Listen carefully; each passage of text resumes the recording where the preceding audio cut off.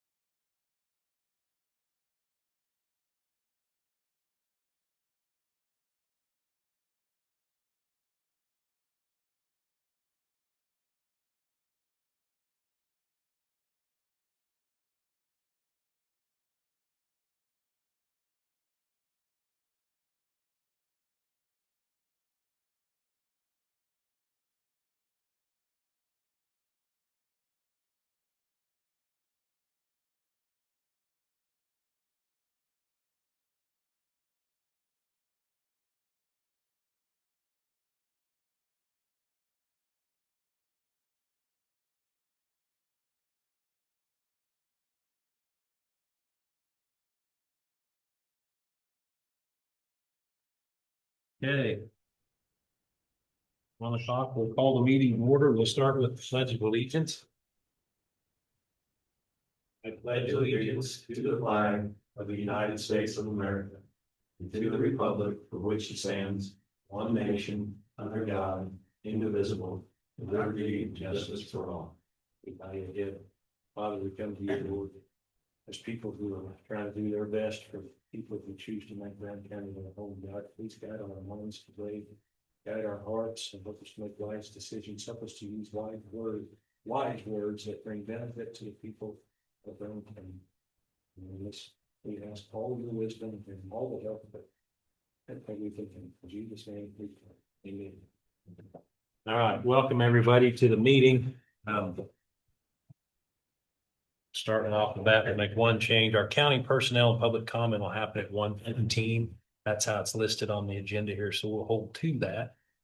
So we'll just start on some of the business items of the meeting. Before we do start though, we did have, I just wanted to send my condolences to the Bruning family. George Bruning passed away last week. He was our longtime noxious weed and landfill director. He retired just a few years ago and he died unexpectedly. So you're in our thoughts and our prayers, and I guess we're just real sorry about that. So just want to let you guys know if you haven't heard that. So, and with that, I guess the first item to consider is our minutes from the 9th of February. Are there any additions or corrections or comments to the minutes as presented?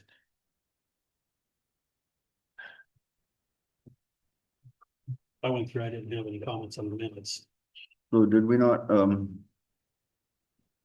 submit an application for FSA 22, or was that the week before?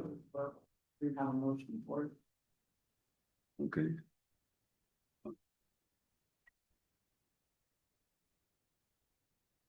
All right.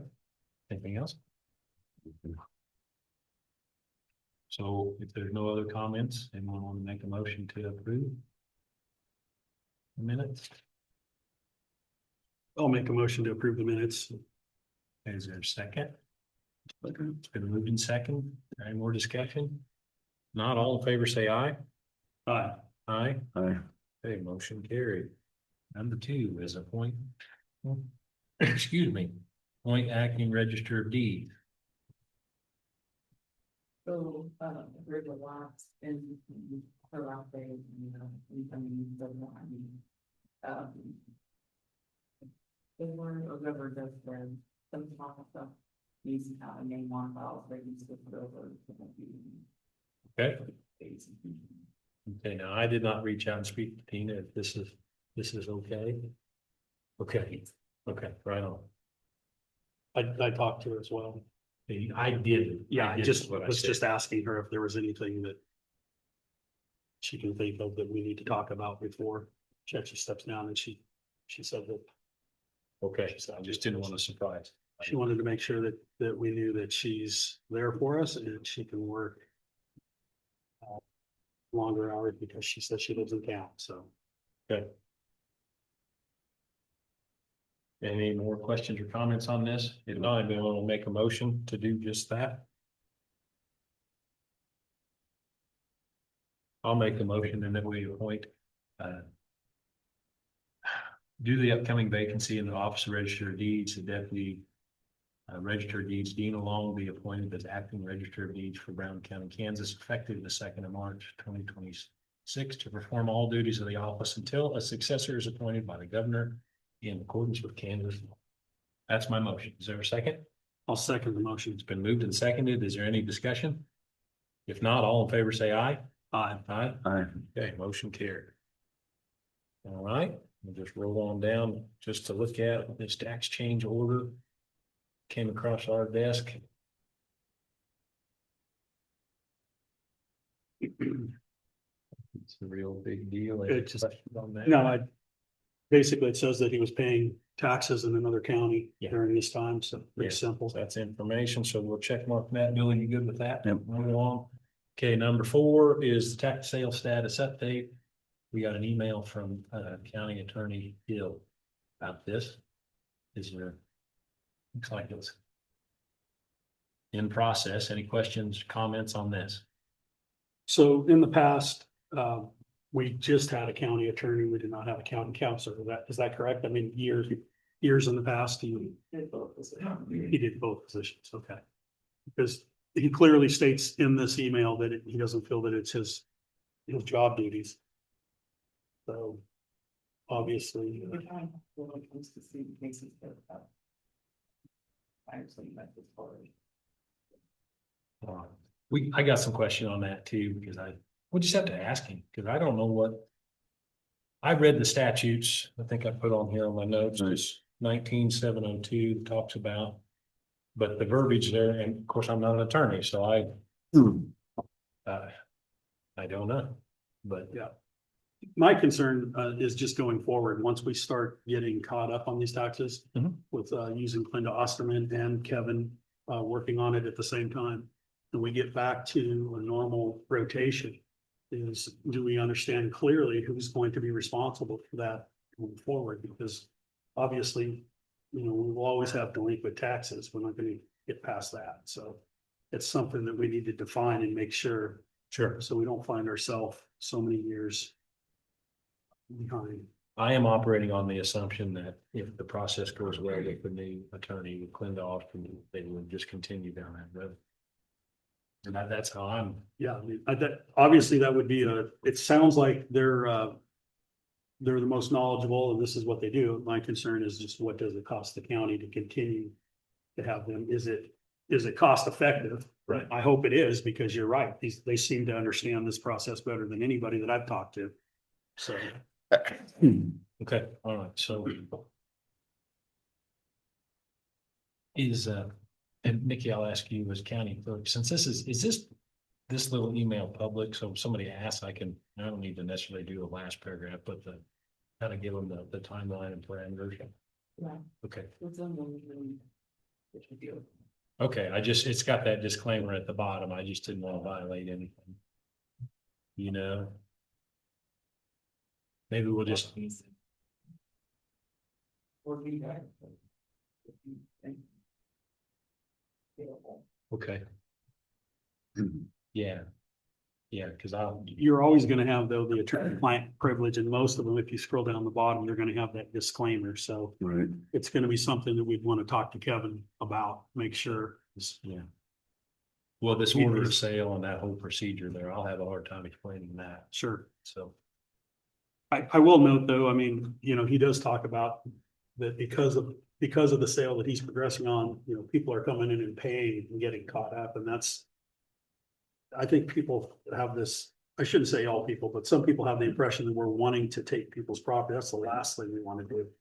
It's trying to get them to get caught up and pay is the best case scenario possible. I agree. Okay.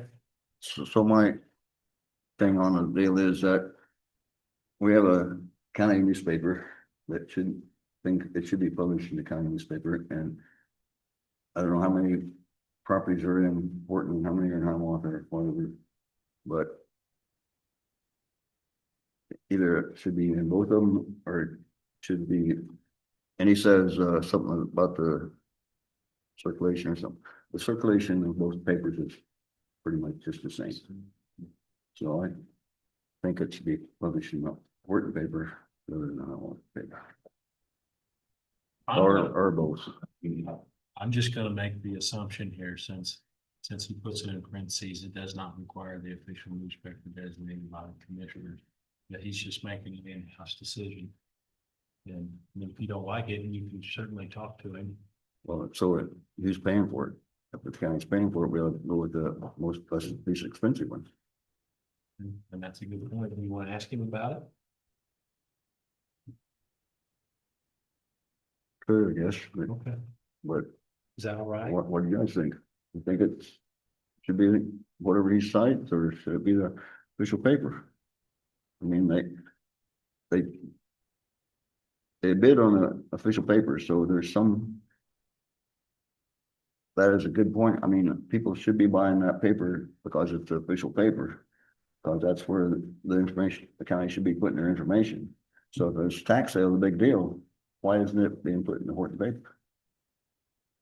No, that's fair and fine. Bill, if you would, if you're favorable to it, I'll just task you with finding that out.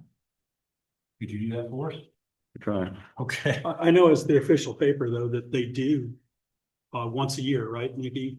Beginning of the year is when they publish. Oh, he dates. So, Delinquent tax. so the delinquent taxes, it is published in the Horton paper because they are the official paper every year. But the tax sale should be there too, I think. I mean, whatever he's printing now. Let's see. How did you say it there?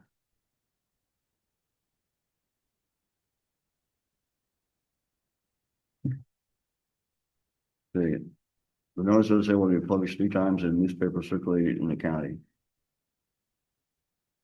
Since Hiawatha World has more favorable publication schedule, they're both published once a week.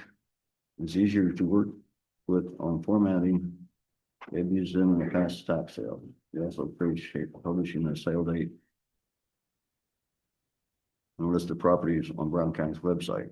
Well, I think all that should be in the official paper too. Okay. So you're gonna talk to them then? I'll talk to him. Okay, any more questions on the tax sale status update?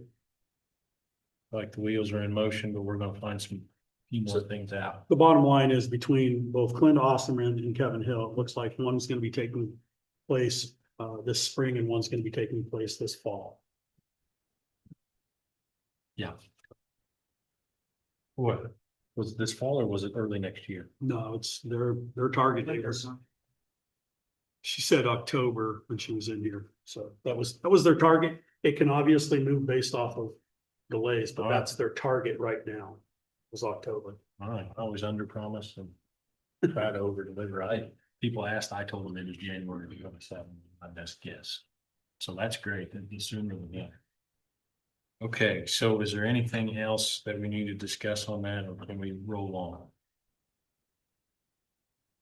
You want to skip over down to the next one. So Bill, you said something in the minutes and help me out here. FAS 22. I had that as we checked, as we approved that bridge on the 9th. Did we not make a motion that make it official? So we need to do that. Correct?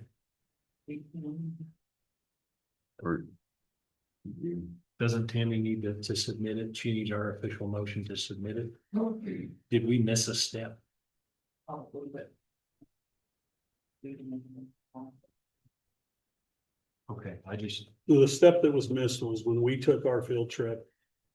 And had everybody on the field trip, we agreed that day that we were gonna submit that bridge. I talked to the engineer a few days later to discuss.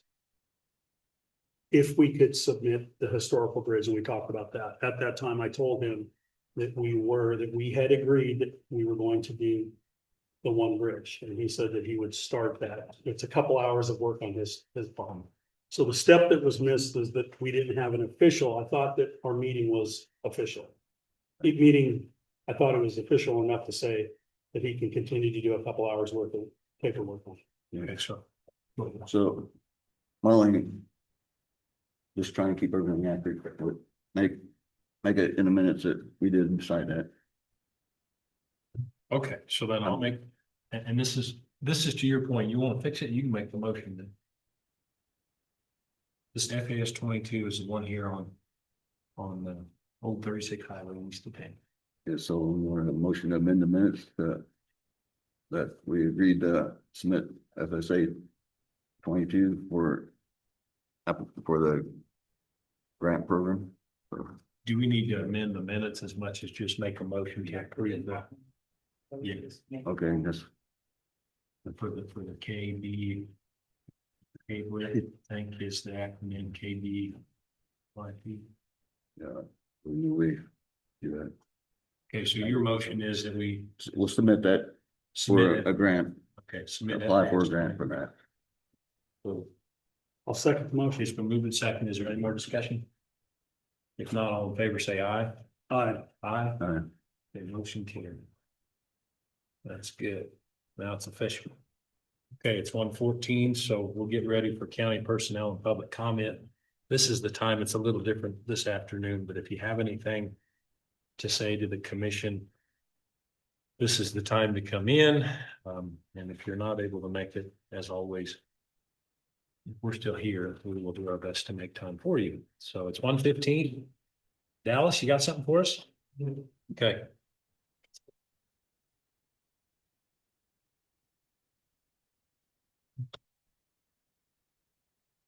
Yeah, last year at budget time, I presented a project about migrating our email from our ISP hosted system to Microsoft 365. Okay. That also will involve replacing our standalone Office program sets with the subscription. That project was approved. And I just started turning the wheels to get this project going this year by getting an updated quote, because the prices have changed just a little bit. So you guys should have gotten a copy of the updated quotes. And it looks like, as far as the labor goes from last year when I got the pricing, the labor's about $500 more. Per month or per year or? No, this is for the upfront, the one-time cost. Or it's for one? Okay. This is through Oxen, correct, technology. Yes. Yeah, so they would help obtain and get all the licensing done, and then I will be working with Austin to migrate all of our existing email accounts. So this, Would you explain when you say migrate, what do you mean exactly? yes, we will be making backups of all the emails in everybody's inboxes, and then importing them into the new system so that we don't lose our email. Okay, migrate, that's it.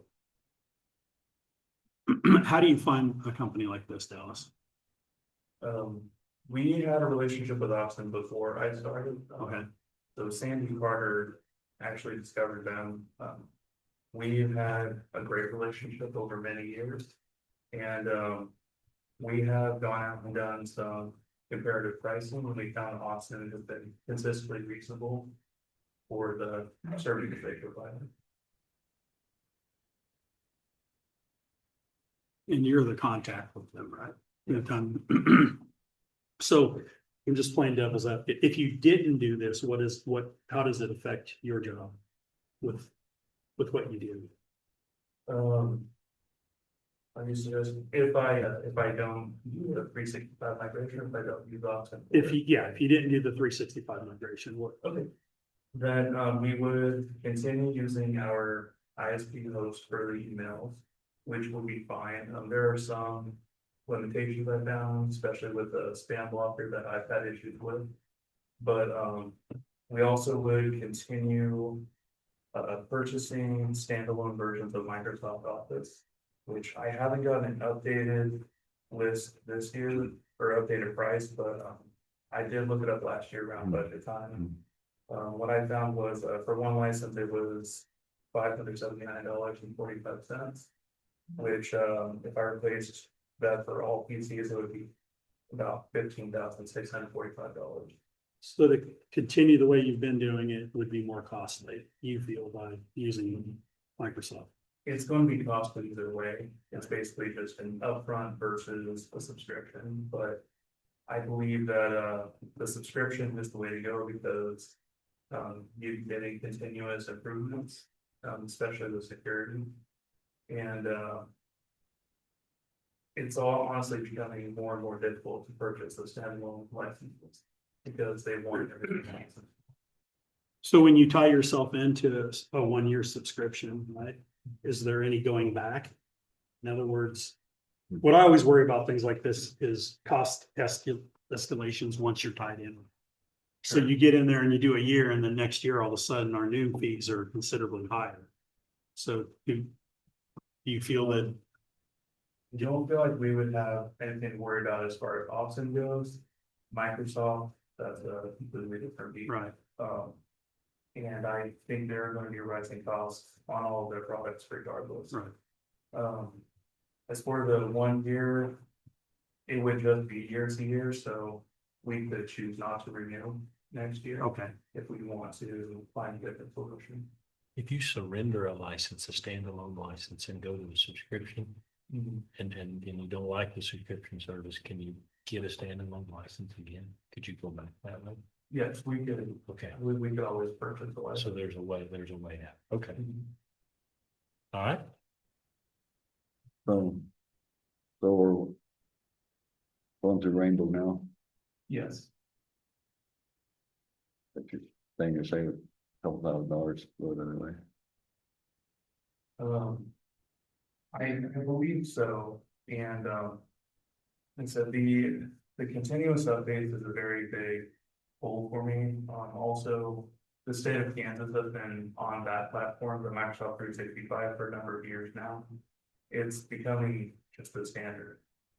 And, I believe that we could be falling behind without it. Rainbow doesn't offer that. No, they're an ISP, basically, they offer a ring, or, sorry, an email service, but it's very basic. And this was in your budget? It was Yes. approved?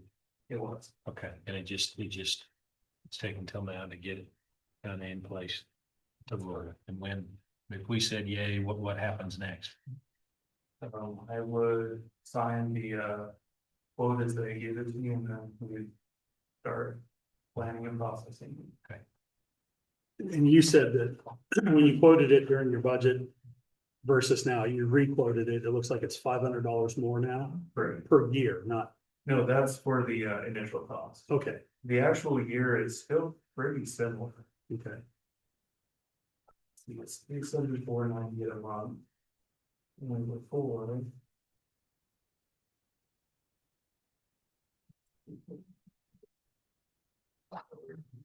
Actually, the Microsoft cost has not gone up. Okay, so basically, it's $375 a month is what this is. That, excuse me, that was approved and it's in the budget for this year, so I wouldn't have to ask for any additional. Sure. So if we approve, I mean, if we move forward on this basically, which sounds like we probably will, would you have any trouble calling your contact and saying, hey, can you guys hold your quote that you gave me? I went in front of the commissioners and it's $500 more. Could you still do it for the original quote? You have any problem talking? All they can say is no, right? I would have no problem. Okay. I don't want you to like ruin a relationship and get them irritated, but to me, No. it doesn't hurt to ask, right? They quoted us and say, can you continue to give us that price and we'll use you? That's very true. So, and they might do I'd it. be happy to do Okay. You guys have any other? No, it's fine. It's fine. I was looking at this screen. I'm just trying to make all the math and everything. So I understand this is 26 of them. And okay, so when it says monthly fee, is that, So, basically, we're purchasing an annual license, but Austin is splitting it up for us, so we pay monthly. okay, It's this, these are the monthly fees right here, the $374.98 a month. So per computer or, That's for all the computers together. There's like 26, right? yeah, There's 26 where we'd be getting the full Microsoft Office suite. There are 8 email addresses for various reasons that we need to keep going, but we don't necessarily need Office. So that's on a cheaper plan. okay, And this upfront cost is their one-time fee plus the first month okay, of license. okay. And so to make this happen, we need to make a motion to approve this. Is that correct? All right, so after all this is done, it's gonna cost what per month? The $375 a month. and we'll talk about this again next year. Because once we get started here, I mean, it just continues, right? We do 12 months and then we'll renew and do 12 months. All right, That's correct. that's the way it goes. Okay, That's the way we're we're asking doing it. 1,000 questions. I just want to make No, sure. no, absolutely. You need more time? No, and then you don't have any trouble just asking if they'll still do it for the original quote, right? No, absolutely not. They're very easy to work with. With the understanding that if they won't, we'll still move forward. And hopefully they're not watching this meeting. No, and I'm hoping to save a little bit more money by doing more of the work as far as migrating our email, so that I can save some of that labor cost as well.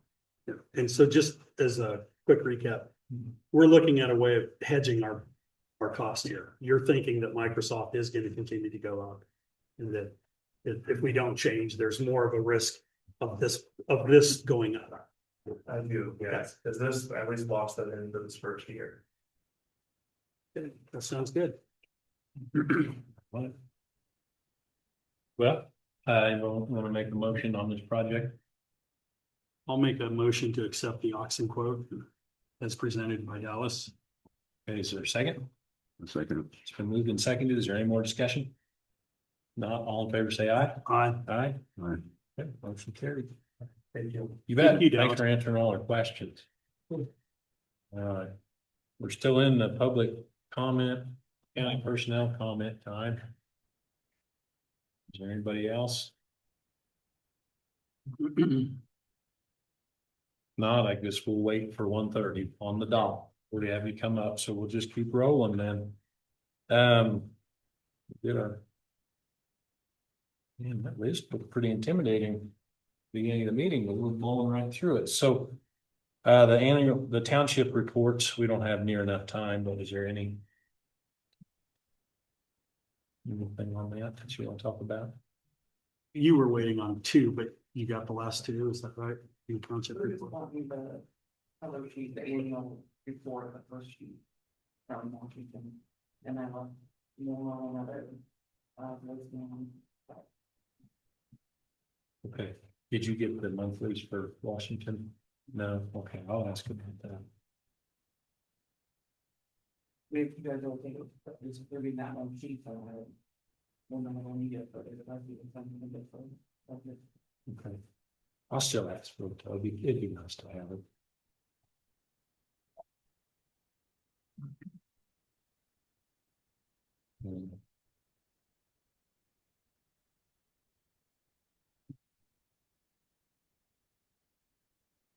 Okay, so actually on number 5 there, how do we need to proceed, Nikki? Do we need to make a motion to do some of it, or we just wait again? And let it be? I can put it back on Monday. Okay, we'll just wait. We'll move that till Monday. Do you need somebody to go tomorrow and try to see if we can get a hold of somebody? It's the treasurer that needs to be reported. Correct. My phone. Talk to you before, but It's not you, is it? Is it him? You good with that, though? Oh, okay. All right. Also change. Can you give us a contact? We'll be happy to do it. Okay. Hmm. You want me to do that? You do so much. I'll do it. I'll call this person. Yeah. All right. Yeah, that's fine. Okay. Absolutely. Unless you've got a personal. No, I just was trying to get it, if they're not responding, then maybe we could make a personal. Okay, I'll take care of that. I'll call them and head up there. I gotta look and get some fertilizer in this. Okay, well, we got a few minutes here. Yeah, if you have to look at the. Bring together again, personalize the draft. We can Yeah. change on. I looked it over. Mhm. So the only thing, do we know if it's part-time or full-time? And I think the answer is we don't know, right? You guys have to decide it. Right. So I just noticed in that it says part-time. part-time. So do we want to word it part-time, possibly full-time position? All apply.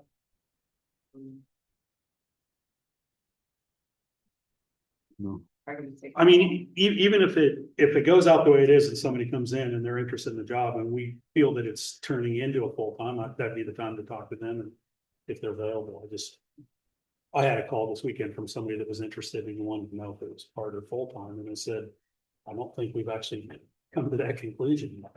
Take that. Sounds fine. so. We just say you're looking for the position, not saying if it's full-time or part-time. Just leave that, not a time out. Okay.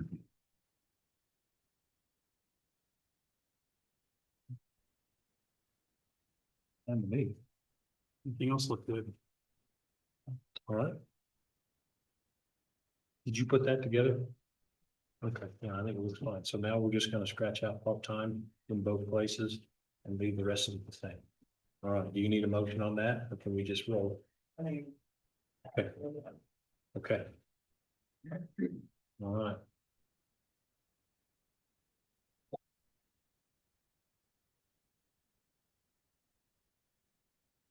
Okay, it's 1:30. All right, public comment time is over. Now we have Old Finch Road project with Mr. Keith Graham and his entourage. When you come, you might just, I'll turn this around for you, but if you come up or you speak, you might introduce yourself so people know who's talking. Keith Okay. Grant, Hmm. I'm here to talk about the Goldfinch Road project. And I did print out, deal for each of you. This is the same notes overview that we went over the last time, so there's really nothing updated there, but the second page is a map. And, We have this on our iPad, so if we're looking at this, we're Okay. paying attention to you. Okay, It's sounds not good. like we're. So really, I think this is an ongoing discussion. And what I am here, I really to ask for today is to give us permission to, as you can see in the second page of that deal that I said gave you, the little green circle highlighted, this would be the first, just shy of a quarter mile south of 270th on Goldfinch on the west side of the road. I'd like permission to do that at no cost to county. Now, when I say no cost to the county, maybe I'll correct that statement. I would ask for help. The sheep's foot, eventually maybe a road grader at some point, and then gravel top and stuff. We will take care of doing dirt work, doing reseed, and have it ready. So what does that entail? What's that look like? Right now, the road is supposed to be a 24-foot wide road. In places, it's down to 21. 21 and 22 is the narrowest places. Most of it is around 24. And then basically making it so that when we're done, when both sides are complete, at least a 30-foot top. Yeah, like 3 foot to both sides. In most places. How does that compare to 270th when you had 20. 20? That's a pretty wide road when I drive on that. Yeah, 270, the 9-day difference. Yeah, no, that's big difference. Yeah, 4 foot's a big deal. Have you heard from Austin? Yeah, he just said again, he's on his way. What do we wait? Well, I don't want to be too late. We can talk about other stuff. Okay, is the letter from K Camp, is that pretty new or is that something he's seen before? Have you seen this one? That's K Camp would be our insurance provider. Yep. Tammy, are you here for this discussion? Do you have anything you want to add? You just come on up and add it, okay?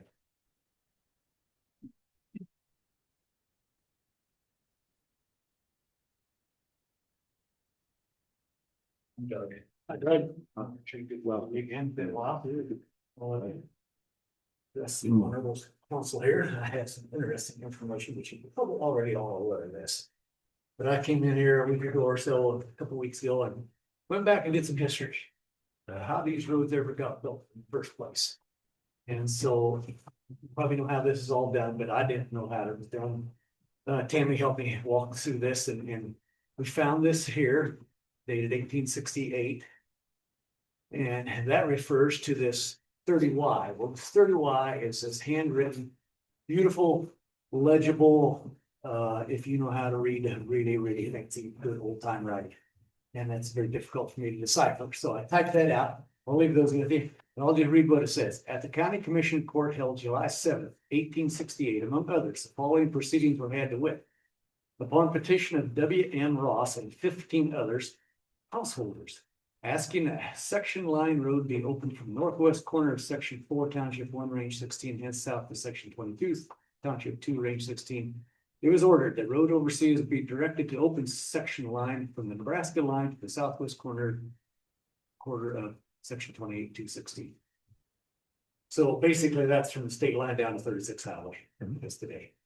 And this specifically, there's actually a map over there. You can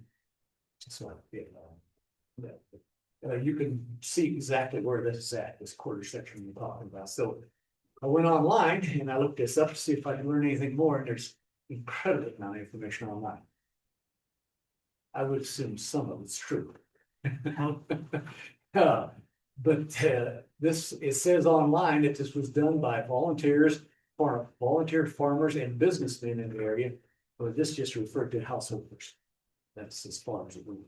But online, it says they were farmers that volunteered their equipment and their time, and other businessmen donated funds. Pay for the original road. So they were honorable commissioners back then, as you know, today. So I look forward to doing what was done over 150 years ago. I understood when I talked to you on the phone, Keith, just one side. You want to do both No, sides? just one side. Just one. side. Just for a test, just let's do that one section. I own the section of land that we're talking about. There's plenty of dirt there. And it'll be an easy, quick, I think the thought is maybe we need to get done yet this spring, if you guys give us permission to do it. But would like to get it done. Let's see it. Let's see what this looks like. How long does it take? What's it look like? Let's let it go through summer.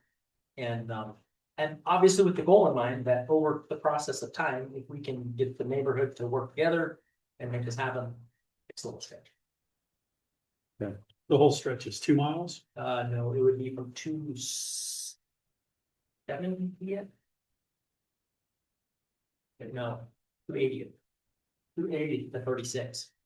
But that would be, Is like the railroad tracks. yes, it is. Yeah, Hamlin corners were, so basically from their south is bad. From their north, I'm gonna say it's got a 26 plus stop on. So does the work proposed, does it mean you have to be in the roadway? No, we'll do it all from the field side. So there's no impeding of traffic, there's no lane closures, anything like that? There may be some sections of the road that we end up having all clay in, Right. which we would dump with side dumps off of the road. But we just dump it right to the road ditch. So we're not so close to the road to do that. Maybe stop traffic quick on it. So when you put gravel in there, it'd be coming from, it'd be that from the road. That would be from the roadside. Yep. Yep. So So, the county, but the county would have to do some traffic control when they did that section of but it would just be. So what would the finished product look like in your mind? And So what, right now, we have a chip and seal road. Yep, yep. Okay, and we have a ditch that comes up to the chip and seal. Correct. Right? Yep. And when this section would be finished, what would it look like in your? So I'm just gonna draw out, right now, this section has got a deep ditch on it. So this being the road, okay? And right now it goes down at probably like a 1.5 to 2 to 1. It's a pretty sharp bank down. And then it's got a flat bottom that's about a scraper width. They had a narrow easement. Okay, that's partially my understanding why this road is built this way. Is that they were constrained to a very narrow easement when they built it. And so they basically dug down until they got enough dirt to build the road. And so it's extremely steep. Basically, what I would envision this to look like would be come out the additional 3 foot and then put a 3 to 1 road ditch on it, shallow it up, and then come over and come back up 3 to 1 on this side. So a more serviceable road ditch, not 4 or 5 foot deep, to whatever it needs to be. And obviously a shoulder on it. So So what would the finished surface? Gravel? Of the shoulder? yeah, be? gravel surface. So basically leave this 6 inches down from the surface of the road right now. Let the county come in, top it with gravel. And then over time, if the next chip and seal, if 5 years, the next chip and seal, they want to re-chip and seal it on out, that's fine. But it needs to be given significant time before that happens. So if you guys were doing this one section, you're Yep. not bringing in any gravel? No, That section. no, that would be leave that. You're getting subgrade for there. That's correct. Yep. I think, did the county end up buying a side gravel deal, or they do not have one right now? So, okay, so it could be dealt with. We could certainly help do it if it needed, but yeah, we haul it into their side dump it and use a blade and road grader, and we could get it leveled out pretty quick. I mean, that wouldn't be a big deal.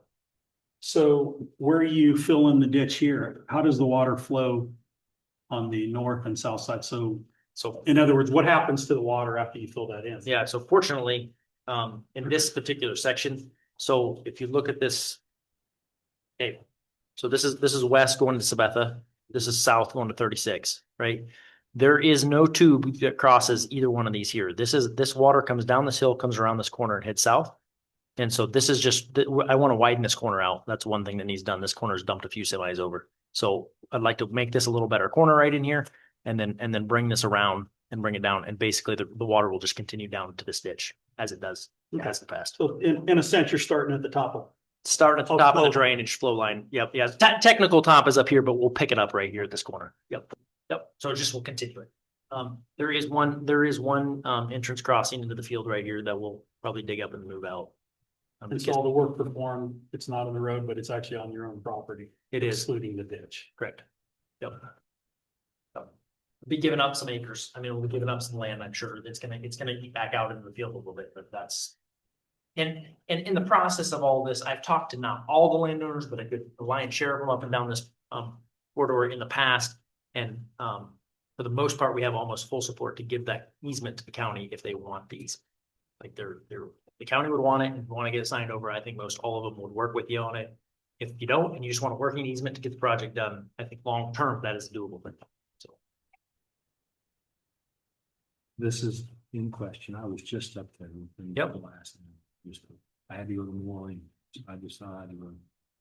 So this ditch is still deep. All very, the way up. yep, And it's got concrete. yep. This one does too. They're They're concrete. there is. Yep, they're Used coming to out. Over the top. I will take them out. Look at Yeah, that. yeah, we'll work them out. Yep. Okay, so Dispose of them. when you made your drawing. Are you shaving the bank down or you just hauling dirt in? We're shaping the bank down. Shave- We'll come in and pull all the black and the sod out of this whole area, Uh-huh, throw it out in the field, okay, get down to good dirt, clay, uh-huh. push it up to the road, regrade it, get it back down, compact it in, and then put the black dirt back on top of it. Probably run a mat or some kind of finish down the road. There's enough water coming down that we're gonna have to hold it until it gets established. So And this idea, it started like back in 2018 or 19, right? it's been a conversation for a little while. Only reason I'm saying is I tried to bring myself up to Yeah, date you because bet. this is all new to me and then I could go back, it was like 2019, there were letters. There was some correspondence. I didn't remember it was that far, but it probably has been actually. I think. Yeah. So I'm not gonna give up just really. Actually, I'm not gonna. I'm still, I would be much more comfortable down in Midvale County. council's here. He says he's on his way. We're just trying to talk slowly and feel fun. Yep. We do have a 2:00 though, so I don't.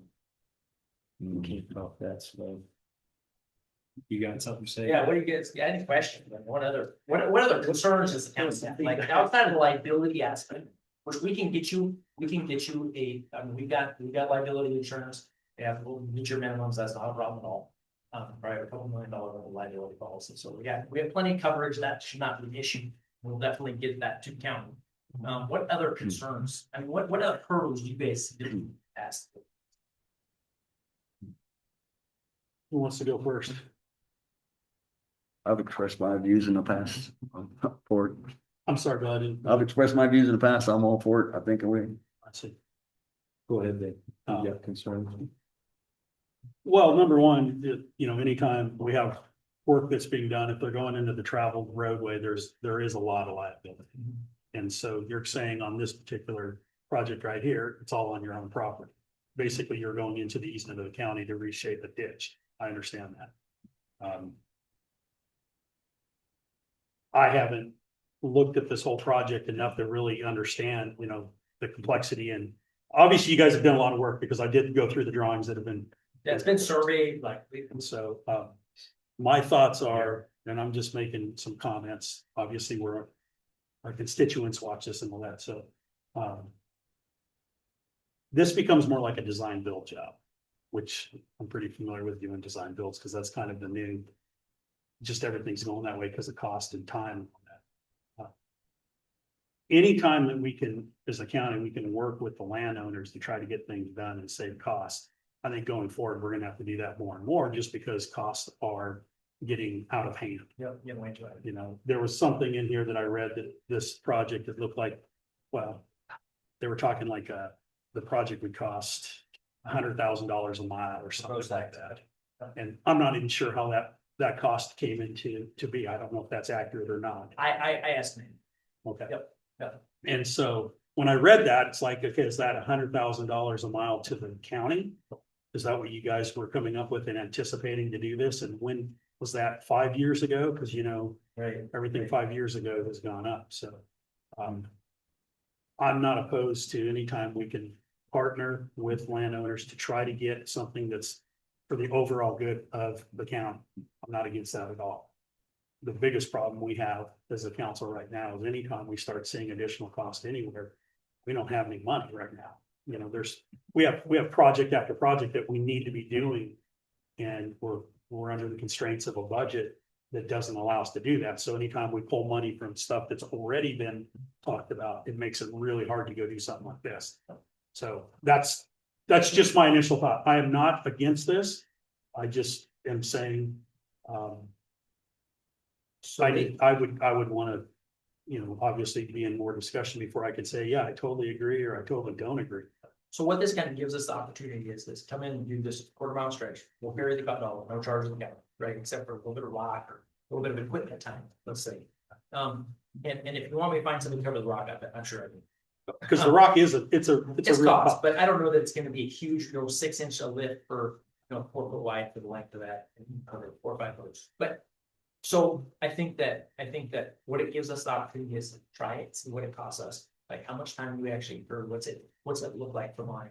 And then going forward, like, I know I've spoke to for the first couple miles, I can get landowner support, right, and they were willing to help, so.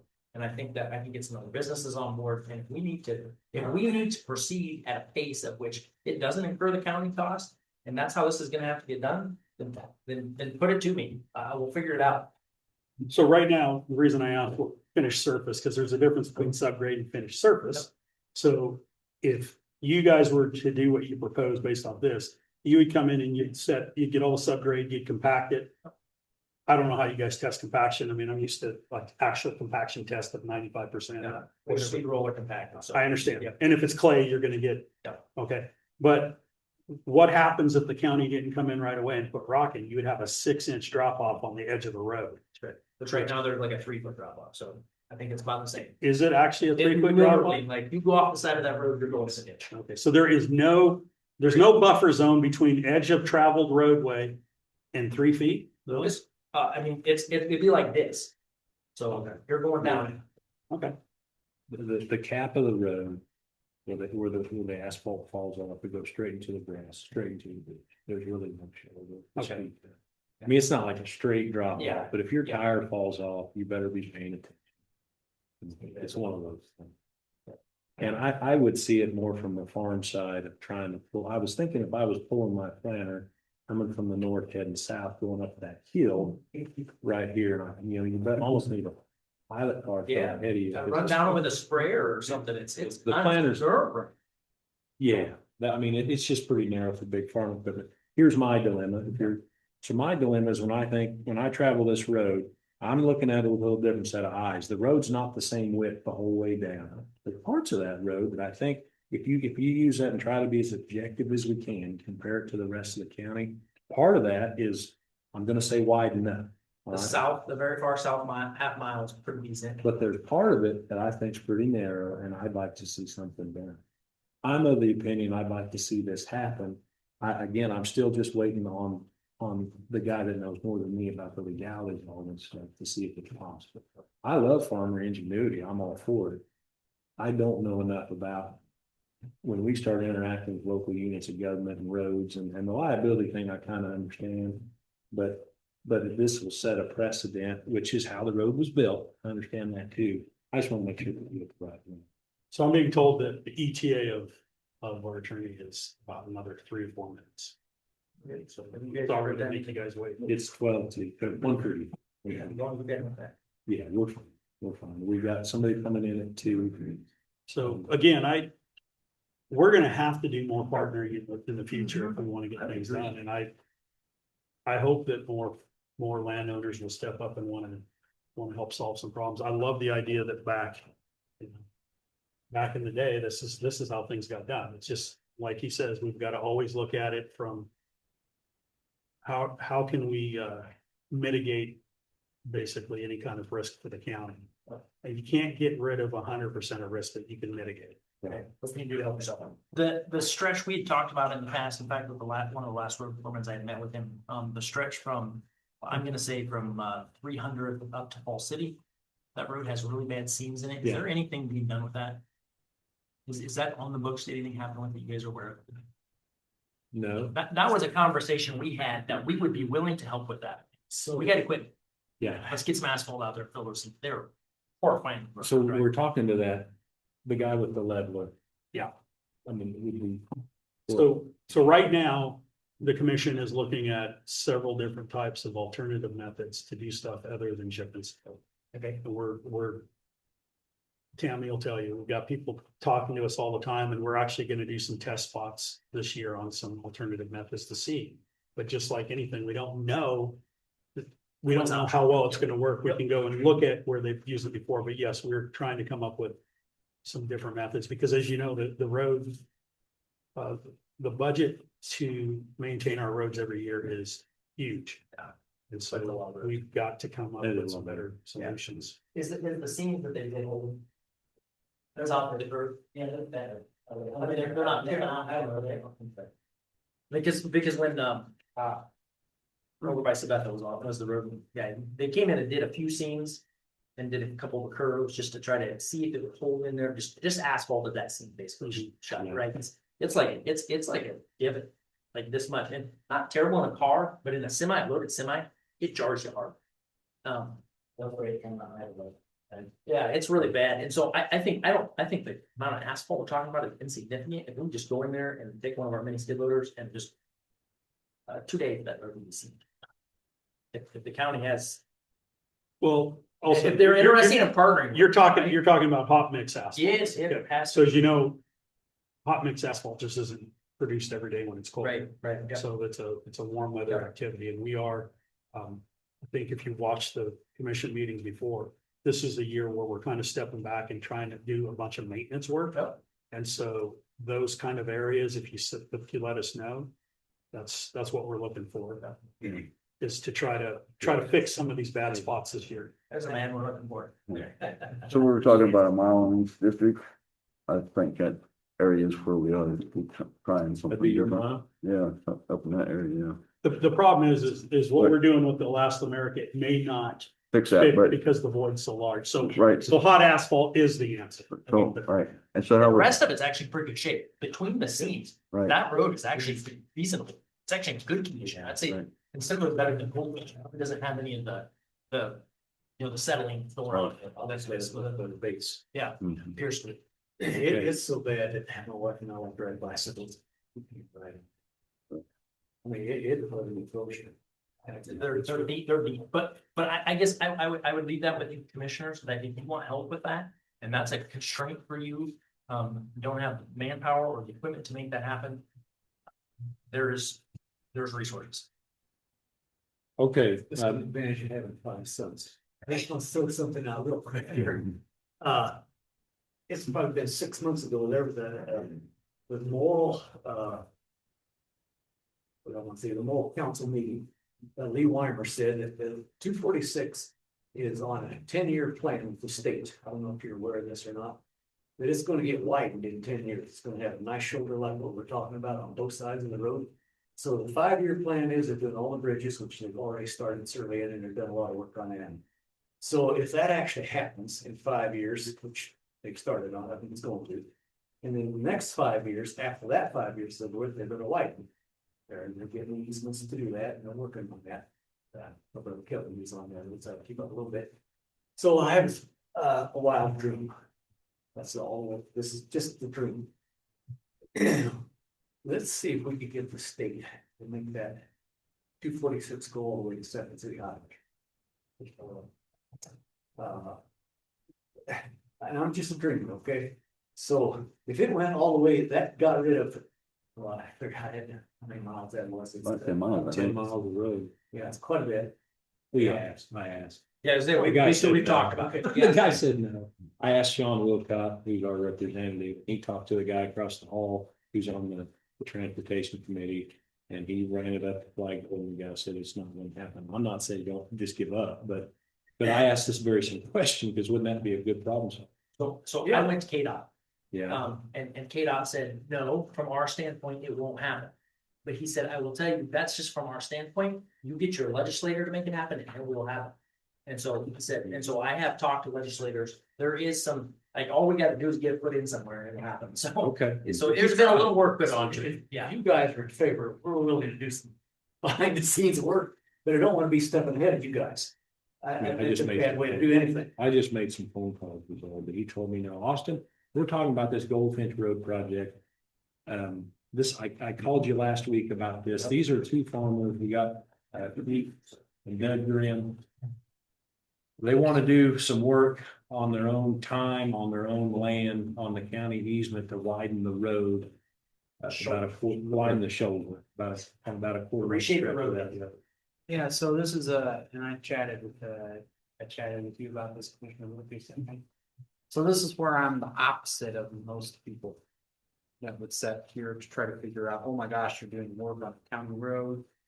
Right, you're not a county employee, what are we doing? What I would try to do is, go backwards and figure out how we can get to a yes. And the way that I think we get to a yes is that if you guys really want to do the work and figure out materials and those types of things.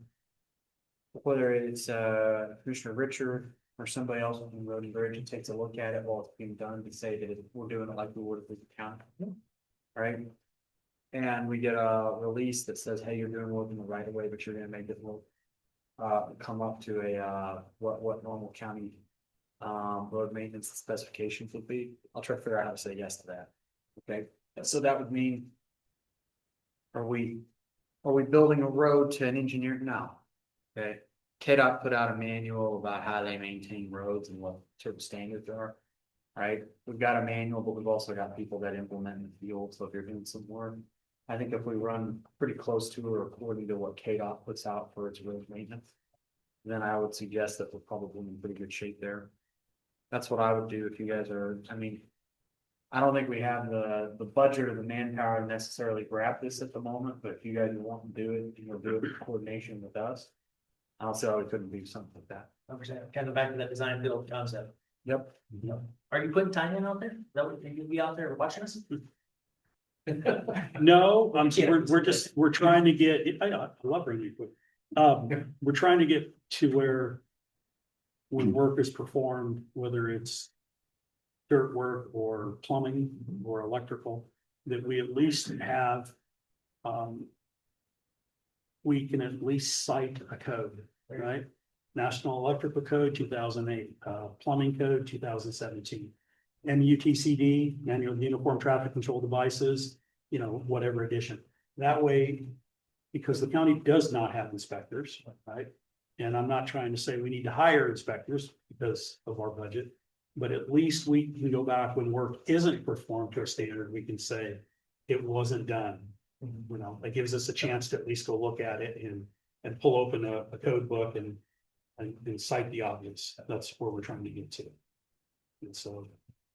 Okay, so in 2.5 minutes, what's the next step? So what I'd do is I would say, well, let's give you a road right of work. Okay, say that you're gonna work down through. KDOT's got on their website a construction manual.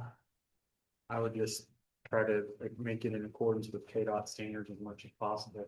Let our guys look at it, give you a right of way permit that also says you're gonna absolve us from liability for working in the right of way.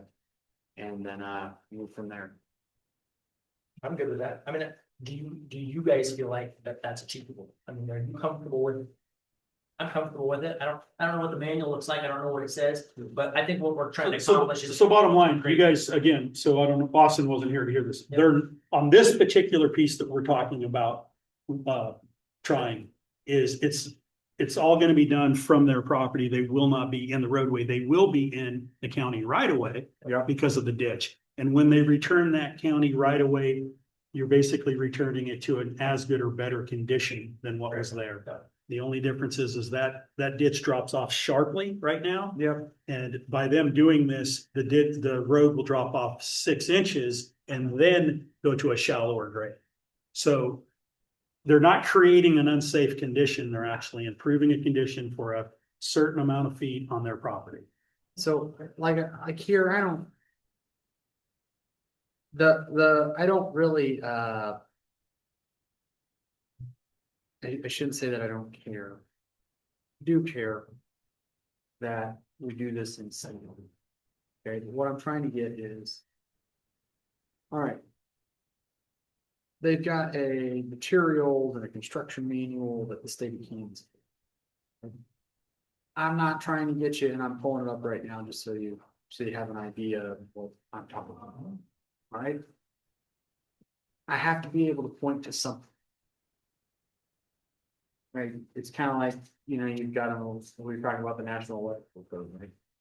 We're not trying to inspect for people to follow to the jot, the tittle, the NEC, like everything that's. But nothing massive.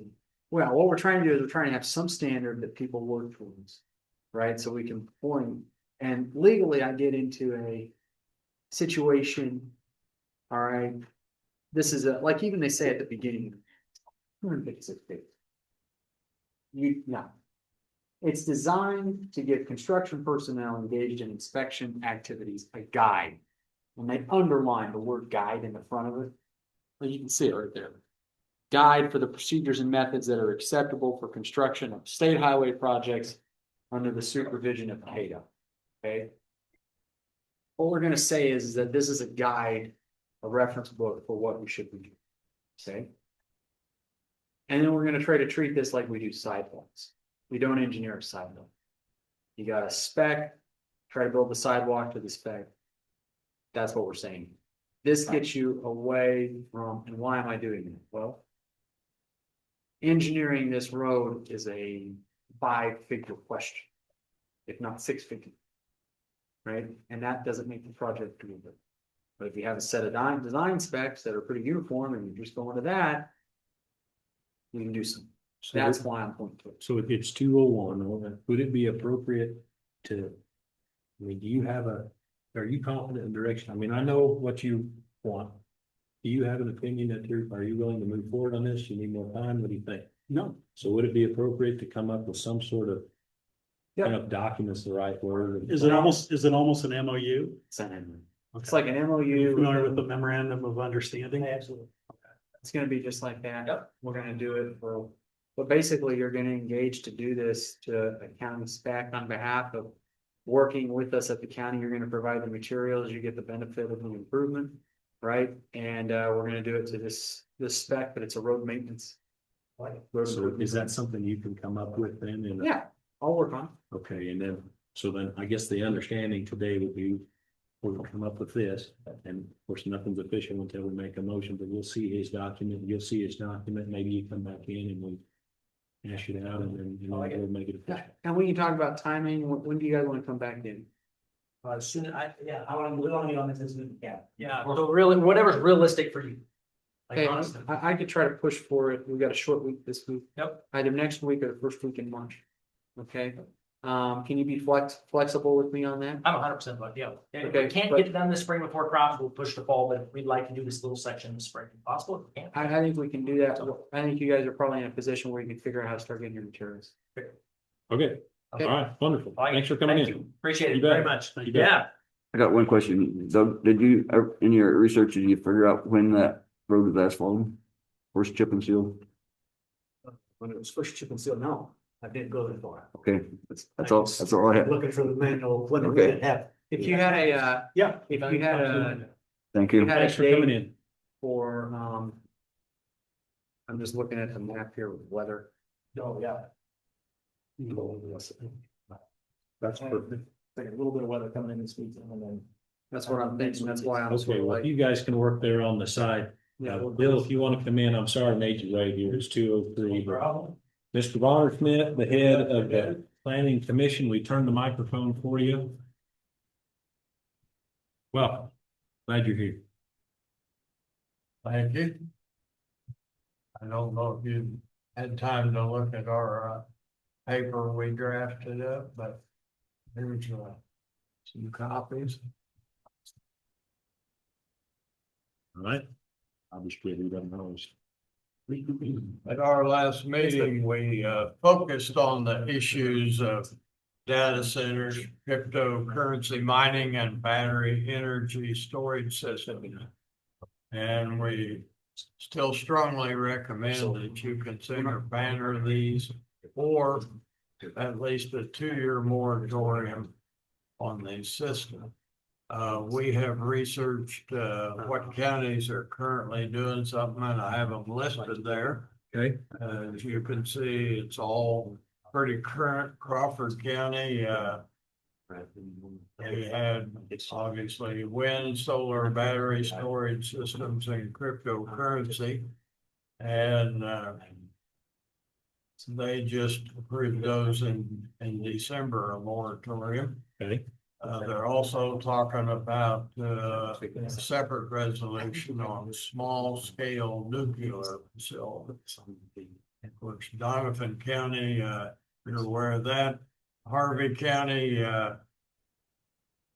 just approved a moratorium on data centers, and a 2.5-year moratorium was done last year on battery energy storage systems.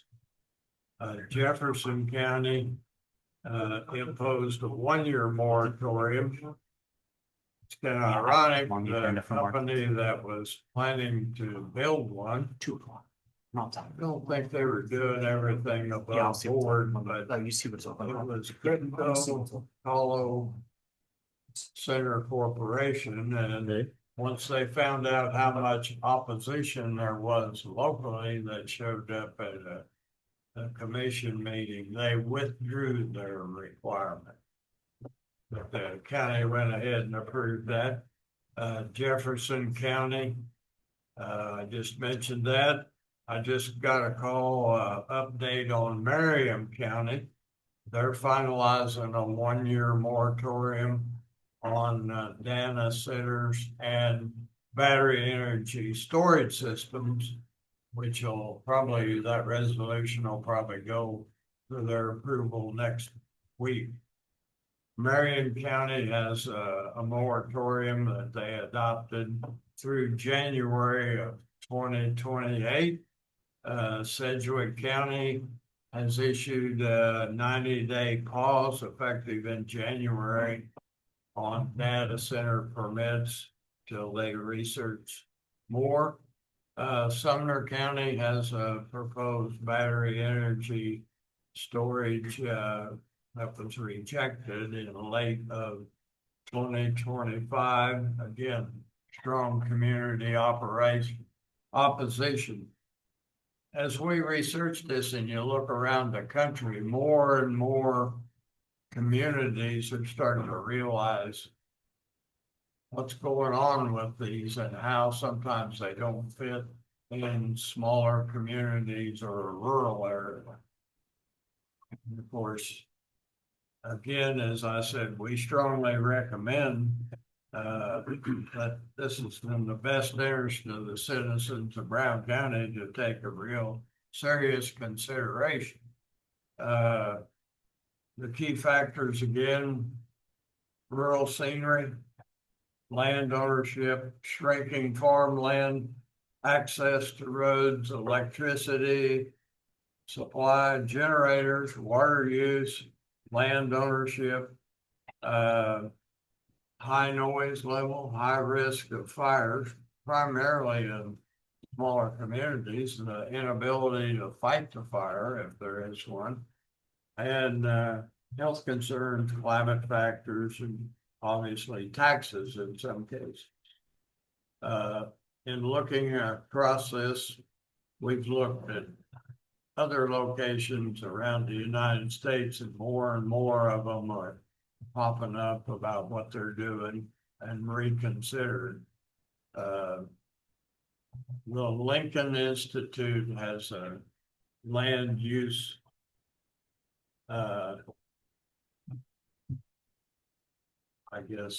comments that they put together about all of these systems as it applies across the United States.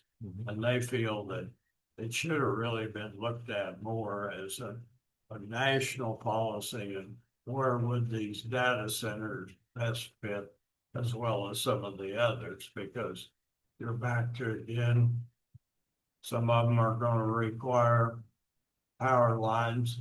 You're back to, is this going to be eminent domain, or other landowners going to be affected? So that affects both the data centers and the energy storage systems. So our recommendation is you seriously consider either banning these or issuing a moratorium.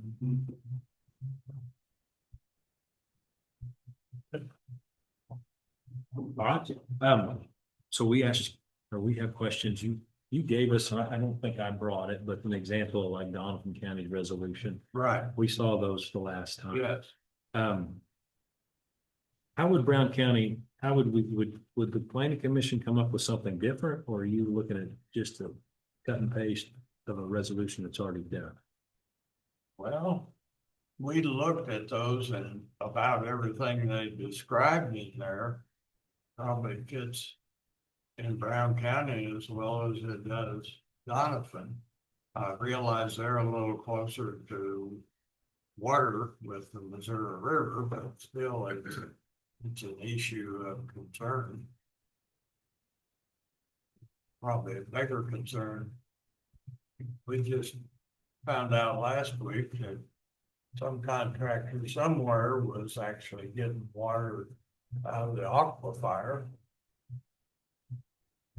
and turn around and discharging it back into the aquifer again. So what's that do to all the people? Sure. In the country. That was my biggest question. Have you guys seen any more data on the negative effect of the amount of water that these things are requiring, and how it's hurting the local water tables? Kind of things like that. Yes, it's obviously it depends on how big it is, but these data centers, some of them are using as much water as a city of 100,000 people. I've heard all sorts of numbers. I just know that it is a huge consumption of water. You know, based off that number one for Brown County, that would be a definite negative. Right. So is this a moratorium on them or to prohibit their construction in Brown County? Is that the idea? Is that or what? Yeah, Okay, so I could see that as I've looked into a little bit of the water usage. And even places like the TSMC I'm gonna sound technical for a minute. The TSMC factory in Phoenix, Arizona, that's gonna use up to 2% scale of the overall Phoenix area population water. You know, we have a water issue here with the aquifer on recharge, what that looks like. TSMC, which is the Taiwanese-based chip manufacturer that's relocated its operations to the United States. Their target is that they're going to try to reuse up to 60% of water in the facilities, but to make that happen, they have to put independent water treatment facilities in. They have to also try to reclaim and reuse water. To hit their target goals, they have to buy water from the area adjacent to the city of Chandler, Arizona, where the factory is located, and we don't have that infrastructure here. You know, they can't reclaim water from a sewers treatment system that we don't have in place in Brown County. So it doesn't make any sense for us to try to enter into an agreement with them with a chip manufacturer that we can't do the same thing that TSMC is doing in Phoenix. So for those reasons that I just articulated, okay. And I promise there's a reason I'm doing that, because we're going to put a moratorium on the construction activities in Brown County. We are not the same as a Kansas City or a Lawrence or even a Topeka that has the ability to grab water from other places and reclaim it. And they're heavy water intensive uses.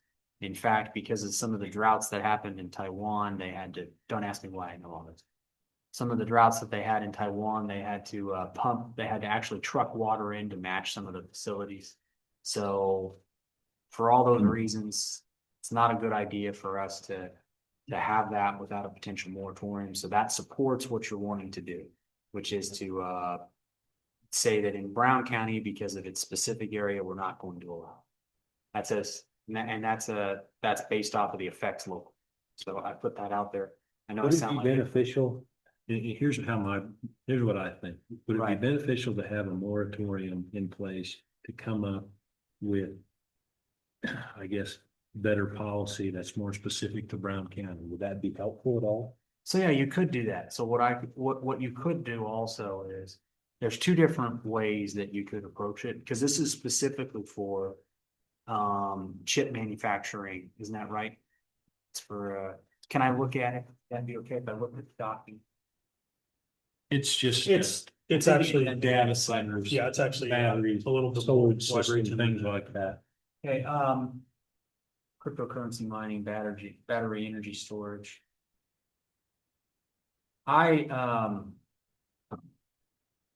would suggest a moratorium for. I think you can easily start with a 6 month and then extend it as you're looking at it.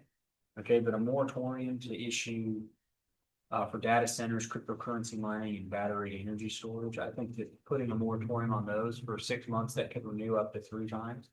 That's definitely something that's very doable.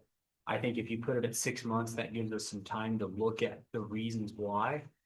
But I think also what you're really talking about are data centers and battery energy storage, and then also the chip manufacturing. I put it for all 4 of them, and I could come up with a moratorium for us to look at to be authorized for 6 months at the next meeting. With some extensions allowable. Yeah, with like 3 automatic 6 month extensions, so that way you've got 24 months to look at it. And I do think you're looking at the right thing. Like there's the cryptocurrency mining and the data center, and also the battery energy storage. They've got a lot of second effects that people don't know exist. And so no, this is definitely something I can come back with a resolution. When can we have that? I think we can do it next week. Next week? Okay. I'll work on a resolution that we can look at. I also spoke with the prior, just so you guys know, and that's gonna come back. Nikki's gonna work on scheduling it when she can fit it on the agenda, not for next week, but the week after, so we have a little time in. Great. So if he works this up for the systems you have listed here, battery storage, cryptocurrency and data center plus chip manufacturing. Yeah, I would say also chip manufacturing, because that's it's a heavy water use. Is the planning committee agreeable to that then? Sure. Okay, Yeah, I do it for all four of them. okay. Okay, Anything else for us? I don't have anything. What do you got? I look at the keywords, we strongly recommend. So obviously. We're listening. Okay, thank you. Thank you. Thanks for coming in. Sorry, I was a bit late. Problem. You're too easy to get along with. I appreciate that. Okay. 217. What do we want to do? Austin, do you want to give us some county council updates? Yeah, so, well, two of them we hit on. I've got my to-do list for the next 2 weeks. Got an item for next week and an item for the week after that, so that takes into account timing of production. We're waiting to hear back on the form. We've got a form that we like regarding the and I'm gonna forward that on to council for the hospital, Amberwell. Because we're comfortable now with the form back on for inmate intake and assessment at the local hospital. So we got that. I had extensive meetings with the people that have a modular bridge concept. And the idea being, I talked a little bit about this with Commissioner Richard, that how do we get to something that we can self-perform? Okay, a lot of this stuff, how do we get to something that we can self? Okay, and so I don't know whether the first one we're gonna be able to self-perform. But You mean put our own modular bridge in? Is that what you mean? put our own modular bridge in. And so there's some technology there that I think. This is it's a fast forward technology. We've got to learn how we do it. Okay, but it's a spray technology and it's not. We're gonna probably always have some people that help us, from a consulting standpoint, like put the first one in or the second one. I think we could probably lean on the guys, Jeff Ham's folks that we're relational with, not too far south of here. I mean, they've done a lot of concrete for us, so I'm not worried about that. But the idea is we do this first one, we see whether we like it. Okay, and if we like it, then we've got the ability to use it for this and also probably for a number of other projects. But the idea is to come up with something that is a self-perform solution. The other thing, and I've been talking about this with Richard some, but the overall maintenance of roads and what road crew looks like. They used to have I'll use this as an example just for discussion for kind of an update. Sedgwick County, Kansas, Wichita used to have their own road crew. And this is back 25, 30 years ago. And they self-performed all kinds of stuff. They didn't have hot mix asphalt, they had cold mix. Okay, which was an in-between. And they used to go out throughout the county and do cold mix asphalt. Well, then there was a time where that stopped, the road crews kind of aged out, other reasons took over and they stopped doing that. And you can tell that the budget down there has changed. And the way the roads are being done have changed. Okay, and the county roads are not quite in as good a shape as they might have been. So I think what Richard's doing an admirable job of is working within the department to figure out and encouraging others in the area to look at how do we come up with a sustainable maintenance plan, not just for county roads, but for every jurisdiction's roads throughout the year. And so I think the idea is how do we come back with something where we can all work together, maximize our budgetary spend, maximizing the ability for us all to work together to come back with something that makes sense. And so there's some possibilities that I know that he's brought up to the commission, but I think bearing the end in mind, how do we take what we have right now, which is, some roads are better than others. We've got some points of strength, but how do we take the maintenance thoughts and get back to something where we've got a good long-term base, but we're also maximizing the investment in the roads, minimizing the investment in the overhead to maintain those roads, right? And getting a better product down, whatever that means. And so, and basically what I mean by that is more money into product, more money into the road, less money into overhead, less money into band-aiding product that isn't great. Okay, you know, I mean, it's one thing to be in the business of maintaining 200 and some odd miles of gravel versus being in the business of maintaining some type of a different modular product that takes less maintenance, that is a better thing that people can drive down, that doesn't stir up dust for everybody. I think that's the way that the solution's being approached. I'm not trying to speak on your behalf, Richard. No, you're covering what we keep talking about. And we keep talking about it and we keep trying to push it forward a little bit.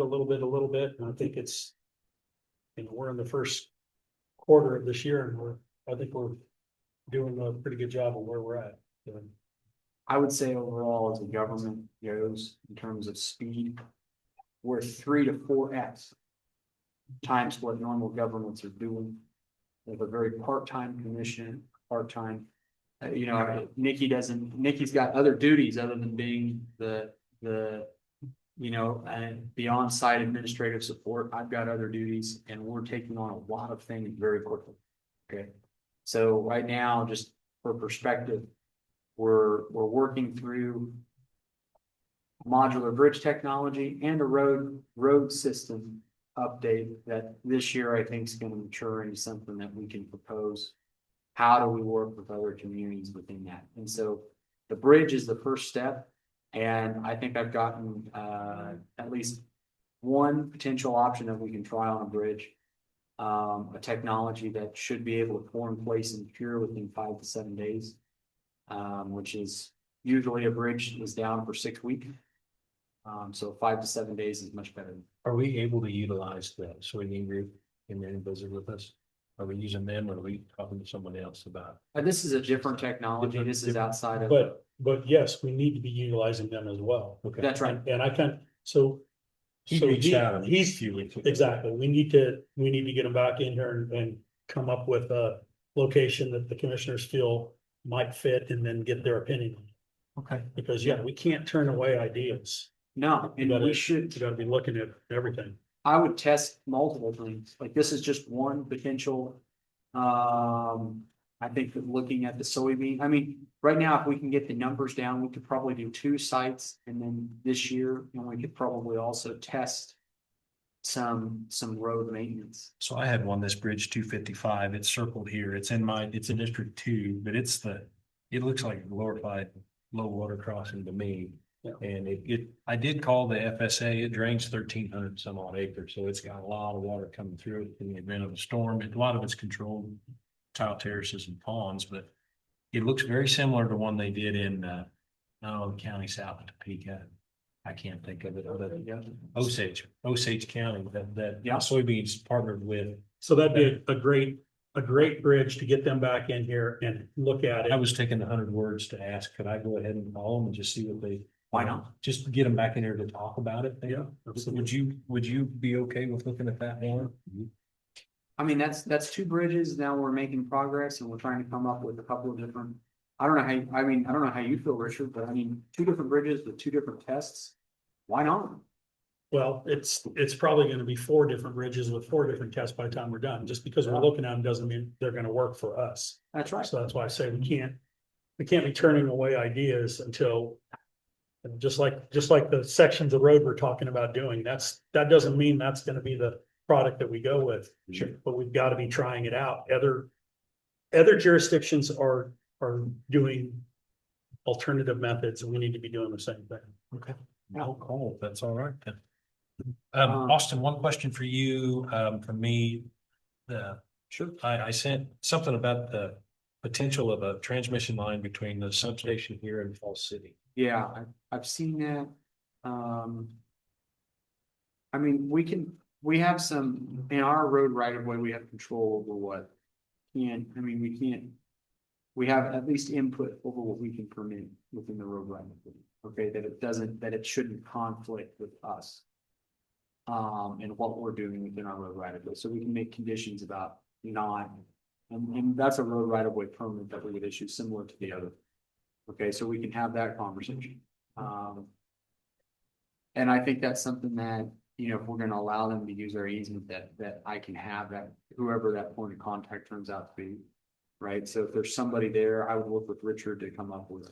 And somebody reached out to you, I believe, about this from Fall City. Somebody reached out to me as well. I didn't get it No, on the wall, but. I think I heard that. Okay, so I actually have a number of somebody that reached out. It was just simply a heads up that they were looking at something. Yeah. I could get you that number. That sounds like a very, and are we within 3 minutes of when the next agenda item is? Is that? 2.5, yeah. Okay, well, I don't, I'll try to, I don't know how long the next agenda item will take, but, I'll try to stick around for a few minutes after the next agenda item to give some additional thoughts. Okay. And I may use the whiteboard in the background to draw out some of my thoughts. Yeah. While, things are going. The last thing too is BJ sent an email regarding bankruptcy. And so I said I would contact you just to, if he get a chance to read it, and I told her I'd get back to her at some point on this, so. Yeah, I've tried to look into that. I'll try to get into that. And then also I have the notice document for the Meenan Road closure. Okay. I'd like to get that squared away with whatever language we want to put in there for the scope. We don't necessarily have to do that today. We could do it at the next meeting, but I'd like to do it. Okay, All right, so I'll try to hang around during that, during the next agenda item. And with just a few more minutes, and then you can come up, Krista, so. Yeah. Okay, well, that's great. I'll call Dennis there in Topeka and say we have a potential site. And I guess the next step would be to go take a look at it and see what they think. So he's a soybean guy? Yeah. You're talking about the site down there, place. Yes. it's the gentleman that came in and talked to us. Right. And the other one is up north, in that other area. Correct, and that's the one that he was talking about. But these are based off of size and Right, the problem that's is, fine. What's our road and bridge budget? I'm sorry, What's our road and bridge budget, Richard? road and bridge budget, overall budget, Yeah, overall budget. just under 4 million, I believe. That's what I thought. All right, that puts me in a. Or did we reduce it? I'm sorry, I think we reduced it, but It has in the past been about 4 million. Right. I think maybe we cut it quite a bit. Yeah, we cut it a little bit, okay. We're maintaining 240 miles of road. we're maintaining, 7. 270, okay. okay, it's 2:29. Christie, if you'd like to come on up, that'd be just fine. We'll wait until the clock moves over. Do you know everybody in the room? Matt, Krista Eiler. Hi, Kristen, I'm, CEO at Kansas. hi, nice to meet you, Richard Tesserero. Perfect, thanks for letting me join you. Hey. It's 2:30. You can just take right off. Okay, so I sent a couple things in advance, but I printed as well if you want them. So I did prepare my first attempt at an annual report for our agency, and I just wanted to make sure that I was providing information that is beneficial to you guys. So as you look at that, if you ever have thoughts, ideas, suggestions, things that you would like to see me bring forward or more information, please share that with me. I'm always happy to provide any information that you need. But just a couple of things I would point out. The last time I was here, I think I spoke a little bit about Kansas transition and a statewide transition for the mental health centers to the certified community behavioral health clinic, CCBHC model of care. So I would just highlight in my letter at the beginning of this, some of the services that we've really grown over the last 2 years. So medication assisted treatment is a new service that we've implemented in the last 2 years. So individuals with alcohol use disorder, opioid addiction, we can do medications to help treat that dependency. Substance use disorder obviously goes hand in hand with that. So specialized clinicians that treat substance use disorder. And as part of that, I'll just highlight gambling addiction is one that is new. We now have a certified gambling addiction clinician on our team. That's something that obviously is growing in popularity, but also you can see addiction with that. Assertive community treatment, this team has grown significantly over the last 2 years. Is now fully staffed. I think this is the first time in our 2 years that we've achieved full staffing within that. But that team manages individuals with the most severe impacted mental illness adults that are impacted by mental illness. And works with them very closely, provide very intensive support and services. The goal is to keep them out of hospitals, out of psychiatric hospitals, out of law enforcement involvement, and keep them healthy and living their best life in the community. Crisis services, we achieved in 2025, for the first time, our 24/7, 365 days a year, having crisis services available. So I'm sure you guys have heard of the 988 line. Kansas has a crisis line as well. But anybody who calls 988 or calls Kansas crisis line and says, I'm having a mental health or substance use crisis, we send 2 trained staff out to them wherever they are to see them and to facilitate care and determine what they need, and then provide follow-up support as well. And again, the goal is, let's not have law enforcement trying to manage that. Let's keep them out of our hospitals. Let's meet them where they're at and provide for their needs. Supported employment is also new for us. So this is our goal, is helping individuals find meaningful employment that aligns with their skills and provides them that satisfaction of being employed. And then supported housing, making sure that we're helping people find safe and affordable housing. Health and wellness, this is helping individuals make healthier life choices. So they do cooking together, they grew a garden this year, really worked on like, here's how you plant the seed, here's how you tend to the garden, and then we reaped the vegetables and learned how to prepare those. So that was pretty special to see. And then care coordination is really kind of a cornerstone where we're really working closely to meet all of the clients' needs. So making sure that they're getting primary care, their physical health is being taken care of. Do they need glasses? Do they have other needs? Do they need food? And they just need connected with local food resources. So kind of navigating all of those different needs for clients. Do you guys have any questions about any of those services? How do people take your gardening? Did they enjoy that or? So I think they really enjoyed it. The vegetables were hit and miss, you know. I don't know if you guys are vegetable eaters, but people certainly have preferences, but they've worked hard on, you know, how to incorporate them into their diets. And we had people taking vegetables home. We had a big year, lots of rain, so it's a good harvest. Where did you have a vegetable garden? So the old, I think it's the old Elks Lodge, and it's our community services building, and they have a vegetable garden out there. So in 2025, we served 1,235 clients. At any given point, we average about 850 active clients getting services within our organization.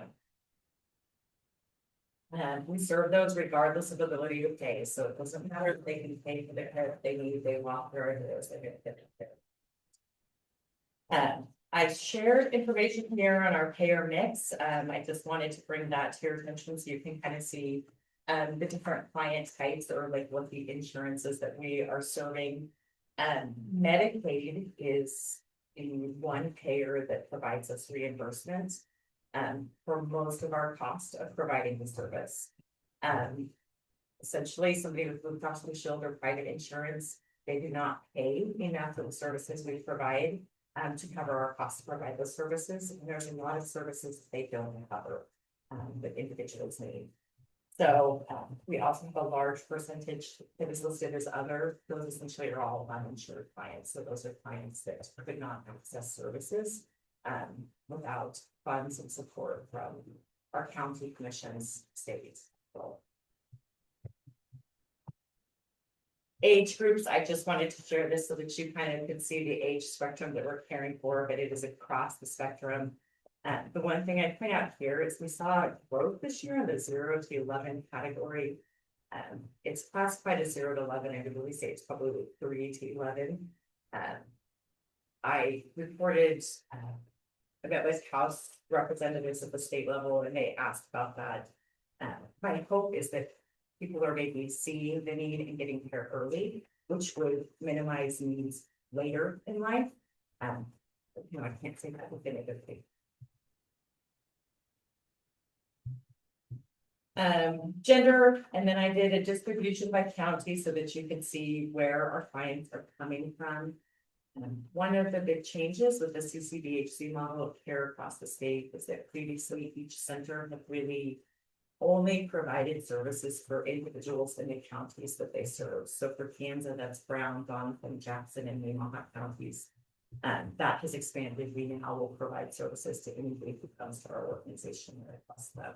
And that's one of the requirements. So we saw that other category grow and that may continue to grow. Does that include out of state?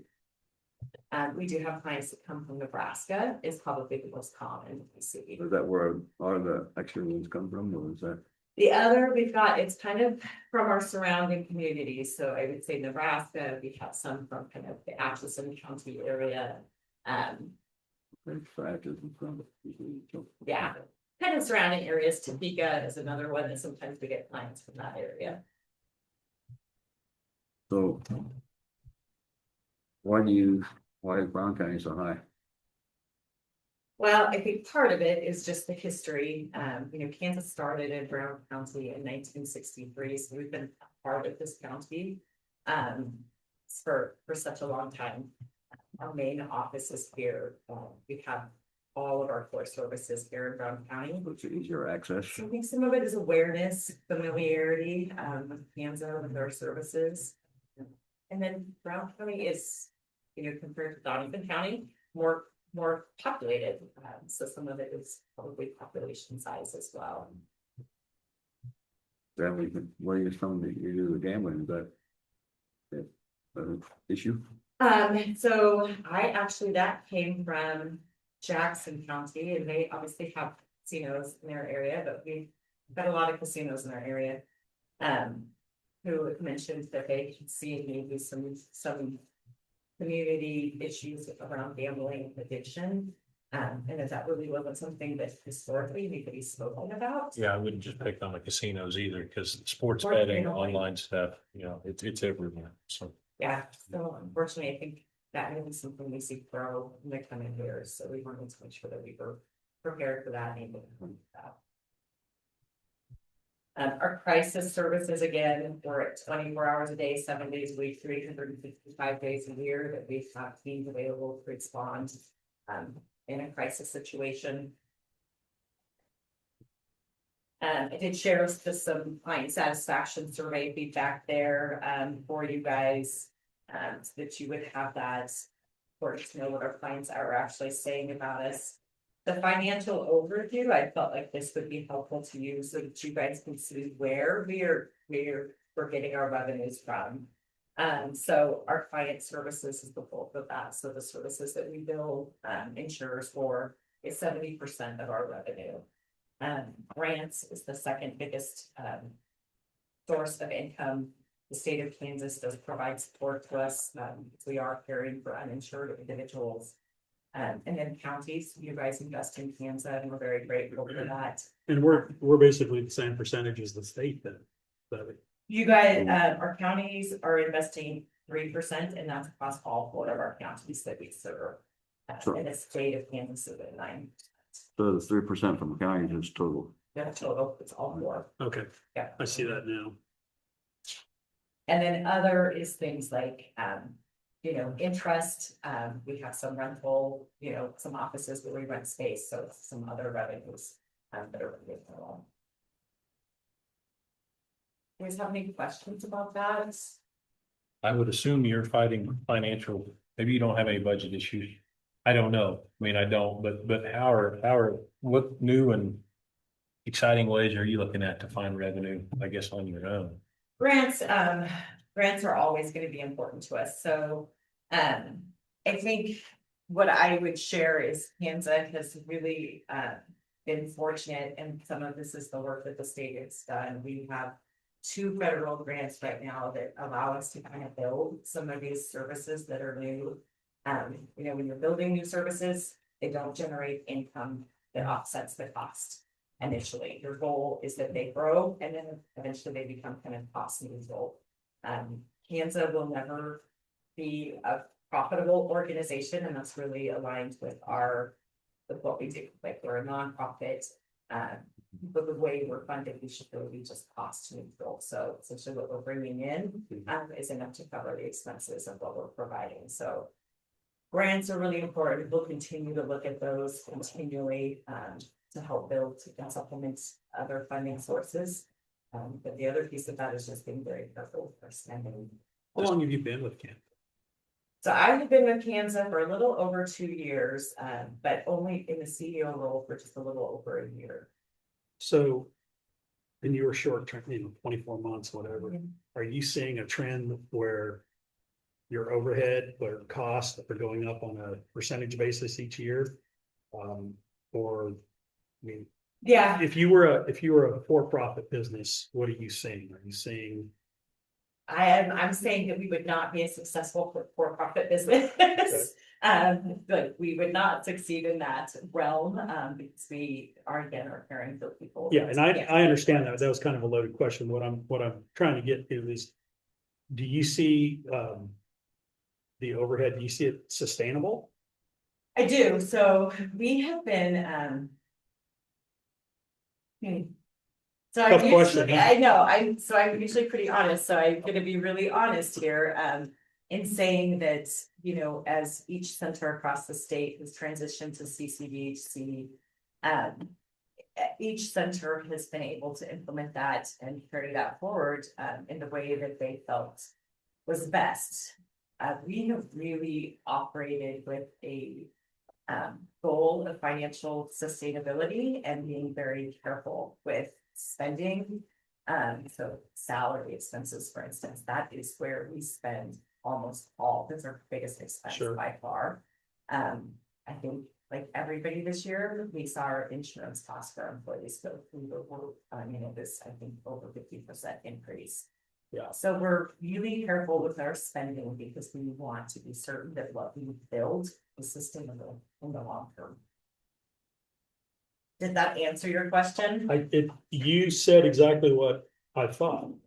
And that is, you're looking at it the same way most businesses are looking at it. And a healthcare cost, of course.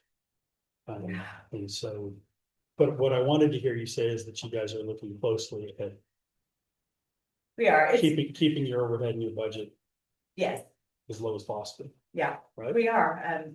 My background is nursing, so I've worked in critical access hospitals most of my career, but over 20 years in healthcare. I don't think I've ever worked in an area that was profitable or making dollars, and so I think my DNA is you watch every expense really closely. You minimize anything that is not absolutely critical. Right. So for us, it's staff. We have to have good staff. Very important. I did include the expense distribution there for you guys, and you can see 83% of our expenses are on employees. So. Well, you're in a service business. I'm not surprised. I Yes. just, and I asked it just because at 3%, and that's the combination of how many counties support you? 4 counties. So we give 89,000. Part of that goes to the guidance center in Leavenworth. Do you count that in this piece of pie? I would have to check with our finance It's director to close, see though. if she counted that. I was just looking at your total overall budget. Yeah, What is your total overall operational budget? so right now we have the federal grants, and I can't answer that question. I have to get, I don't want to give you a dollar amount. And that's fine and fair, because it probably doesn't matter. All I'm saying is when you come to us next year and want more money, we don't have more money to give you. So I'm asking, or I'm trying to lead you that you're not gonna be able to come to this well, even though we're a very insignificant part of your total funding piece. You can't get blood from a turnip. So Last year I shared this, that it's important to me that we work well together and that you Sure. guys know that I'm a trusted partner and that the way we're running this organization is trustworthy. So last year when it came, I did not ask for an increase. It felt like we have these federal grants that are helping us. Right. And so I will never come to you and ask for money unless we have exhausted every option. Like, we're always looking for other Sure. options for funding. Go ahead. In the past, I think we're not ready for, you're not asked for more except for the level deal. For, since I've been here, Okay. that's not that long, but I think you've been. So grants, Appreciate that. grants as far as a funding model have to be a little stressful though, because they have a sunset, I assume. They do, and obviously the last year has been tumultuous. We had a grant a matter of weeks ago that we were told was gone overnight, and within 24 hours, thankfully, it was reinstated on the federal level, but we can't count on those. Right. But you're thankful when you can attain them, and you use them to build towards that sustainability. So the buildings you work out of in Brown County, but I'm familiar with what's called the Old Elks Lodge, right? Yeah. And then your other buildings are, So we have our main office, so the Old Elks Lodge is really like the hub of our community services program, so. Those programs were like, if you walked into that building today, there's generally not a lot of staff there, because they're out providing care. So our main office, which is where you would find like therapists and nurse practitioners, kind of the traditional services, is right behind the Seed Building, right across from Casey's. yes, Second Street, yeah, I'm familiar with that one. yeah, so those are our two. Those are the Brown only County two offices. Yeah. Okay. And so when I look at like this as a business and you talk about, if you're looking at your overhead chart, your overhead chart is highly employees, Mhm. right? Yeah, So are you guys in a position where you own your buildings or? Yeah. Okay. Yeah. That's interesting. Meaning, I guess you're in a good position then, Yeah. because as you know, in a lot of cities, that real estate cost is a huge percentage of their overhead. we own those and we, invest in them to maintain them long term. Okay. We're part of our investment. I'm just asking, trying to get to understand your business So model. that's why I'm here, so please ask. Um, I always wonder, how does Kansas define success? With the patient, say? I would define success on decreasing costs to some of our other partners, decreasing demand on some of our other partners. So, for me, it is looking at law enforcement and knowing that they are not trying to navigate and manage a mental health crisis, and that we're there providing that support and service so that they can do what we cannot do. The same with our hospital partners. Our goal is to decrease the demand on our local hospitals so that when someone's having a heart attack, they're available to respond to that and not that they're tied up with a mental health emergency. There are some key things that we look at as a CCBHC as far as client outcomes, so looking at depression. Are we seeing improvement in depression scores for our clients? Are we seeing clients graduate? So, they're no longer needing services. Graduate out of your services? Yes. Okay. So reach a point where they feel that they live successfully without. So Does that happen? Mhm. Does that happen? Yep. Okay, good. I wonder, okay. You got any questions? All right, I got some, but I'll wait for you. I like. There's that. information about where our employees live and reside, and I just wanted to share that because obviously, when we're paying a fair market wage for our employees, they live in these communities, they're investing back in our communities. So Brown County is where a large number of our employees reside, which is a positive. And then I just shared information about some of the donors and grants that we do receive so that you guys would have that information. And then I did share information as well on our board of directors and then our foundation board.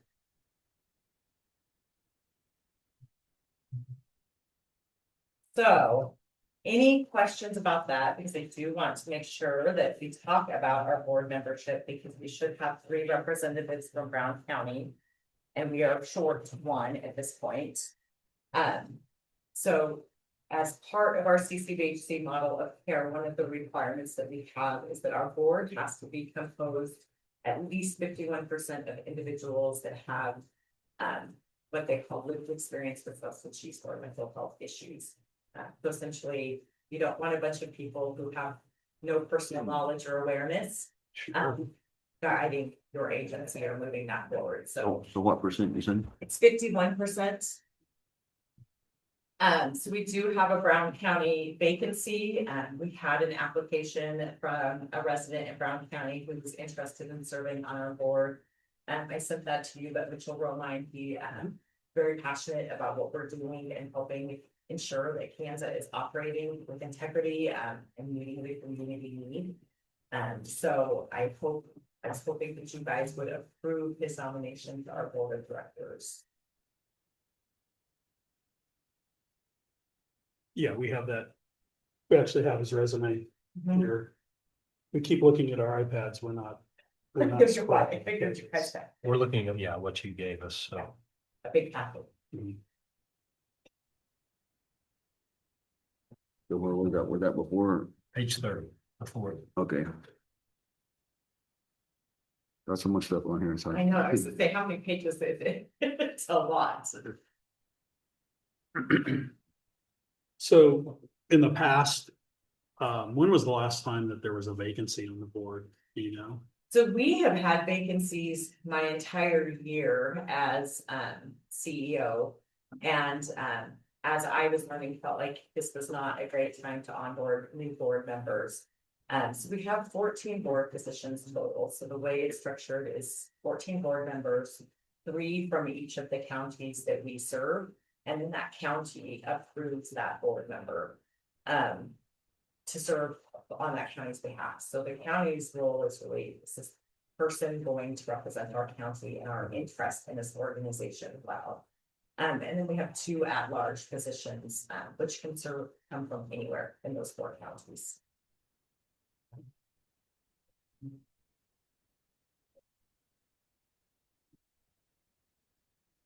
I spoke with, or he called me actually, and expressed his interest in being on the board and said he's spoken with you. And I don't know him very well, but what I do know about him, I really like, and it means a lot to me that you give him high marks. So Bill, do you have any? No, I haven't talked to him, but somebody gave me a high recommendation from him. How long's the term? 3 years. Okay. So is it just as simple as making a motion? Well, I guess that's kind of what I was looking towards Nikki, like in the past when we did this, is this an executive session thing or? Okay, I'm looking at Nikki too. I told Nikki, I was like, I'm not sure how this works. I would make a motion to nominate Mitch Romine. Okay, is there a second? It's like, yeah. Okay, it's been moved and seconded. Is there any more discussion? If not, all in favor, say aye. Aye. Aye. Aye. Okay, motion carried. Thank you very much. He will be very excited. I think he'll be an absolute asset to us, so. And then I did have one more agenda item on my overtime. Is it gonna cost us money? No, but it means that I have to sit here and apologize to you guys. So as a brand new CEO last year with very little orientation to the role, I failed to get a contract with the county for last year. And so I didn't realize that until about 2 weeks ago. I was going through some old documents and I found an old contract with Brown County. Started digging and I was like, we've had a contract every year. And it really just speaks to the funds that you've allocated to us. So I failed to get it last year. I need to get one for this year. So I just wanted to own that was my oversight for 2025 and let you know that I would send one for 2026. But it just reflects the funding that you guys have permitted to Kansas. So. Okay. Okay, So we're ready to send it off on the agenda. I just had a couple of things, I think about the alcohol report, how to, and the website, all of that. And then have you asked for any opioid funds? Like selling funds from any of them, because we have some. I have not, so that is something that we could certainly look at and see how we could use specifically certain provide those services or something that would be like what we could, what they can be used for. So I'll email it to you. Thank you. All right. Perfect. Is there anything that I can provide for you guys moving forward? I want to be sure that I'm reporting to what you want. Do you guys feel informed about what we're doing as an agency and what you're investing in? We have some comments. If that's all right. So you talked somewhere in there about working with schools, Mm-hmm. and so I think that schools are really falling down in the last 6 years on making people able to deal with the problems. That's one way to say it. And so like your clients, there was only 6% that were over 65. So most of your clients have not grown up in a school that recognize their creator. And I think that's pretty important that you know who made you, because what you can do to yourself is based on if you belong, you know, if you draw a picture, it's your picture, you can do whatever you want with it. You can throw it away or you mark on it. But if somebody else's picture, you're supposed to take care of it. It's not yours to destroy. And so we're not ourselves to destroy. And that mindset, I think, leads to how you deal with your life, what you do. And I don't know if that, and I think that's something that needs to start at a young age. I think what we see and what we would love to grow is finding therapists who are really passionate about working with school age children and helping build maybe some of those skills to help them navigate life in a healthier way. And maybe prevent some of those, you know, ongoing issues that can happen into your 20s, your 30s, your 40s, your 50s. So the earlier we can engage, the better off I think we all are. Absolutely. So 18 to 64 is pretty much the large percentage of people you're dealing with. Yeah. Surprised how many young people you're dealing with. And that's where we're seeing the increases. Some of those. Anything else? That was a good analogy, by the way, with the picture. I mean, that's kind of where I mean, I was old enough that we acknowledged God when I was in school. But it's been 60 years ago. And so here we are, and we got problems, and the churches aren't maybe stepping up like they should. And Things have changed so much over time. but not necessarily for all for the good. Results in some of the things that we're seeing, which is a need for additional support. Anything else, Bill? I think pretty much. Well, I did make a note about the technology information that you had, and that made me wonder about how much our county is spending on that. So, Yeah, we have seen our IT costs increase, and some of that is really because we're required to do so much data tracking and reporting for our grants. That we had to build like infrastructure. and I'm not saying it's out of line, I'm just, It's expensive. it's everybody's. Yeah. So I guess my comment would be, I appreciate you coming and talking to us, because I think communication is key, putting a face with the person, but we're trying to do the same thing you're trying to do. We're trying to live within budgets. And so as a commission, what we want to see from you is knowing that you are actively looking at your overhead cost and you're running as efficient as possible, because people tend to have all sorts of perception, right? And so we want to make sure that when somebody comes in and they accuse us of not being efficient or wasting money, that we can actually talk with facts and say, what budget would you like to look at? Or where do you think we're wasting money? And so, you know, the fact that as the CEO, you're acknowledging that controlling cost is very, very important. That gives us more reassurance to Yeah, I mean, I don't want to take any dollar and not use it wisely. That just doesn't align with who I am. So. Yeah. Well, I will just say, if you guys ever have questions, please feel free to reach out to me. I do think that dialogue is really important. You know, if you ever like, you want me to come back on a certain schedule to provide updates, I'm happy to do that. If there's certain things you want in those updates, I'm happy to share that. Transparency and openness between us is really, really important. You guys should know. exactly how Kansas operating to investing in us. Right. So you should know that. I'm very open to writing whatever. Very good, thank you. Thank you. Nice meeting you. Yeah, See glad you all. came. Thank you very much. Appreciate you guys. That was a quick half hour, by the way. That was 31 minutes. I could have told Nikki it's probably gonna go over. That's all right. That's all right. I'm a talker, so. But Well, no, we're I glad, enjoyed meeting we you. threw some questions at you and I'm glad you answered. Well, So, please reach out if you ever need anything, okay, honestly. all right. All right, thank you. Have a good one. Thank you. She can't care. About opioid funds, she'll actually have more money. than Yeah, I was gonna say. That doesn't happen all the time. So where did the opioid come from? You'll have to ask probably a state.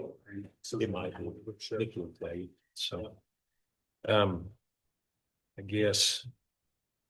I got a lot of check marks here. We do need to go into. Some sort of executive session, I would think, to talk about the. Well. Maybe that, we got lots of employment. Like non-elected personnel type. Can we lump that in, or we need to one at a time? Yeah. Do we want to consider the road and bridge application? Or are we going to do the same thing like last week? We need to put that in front of.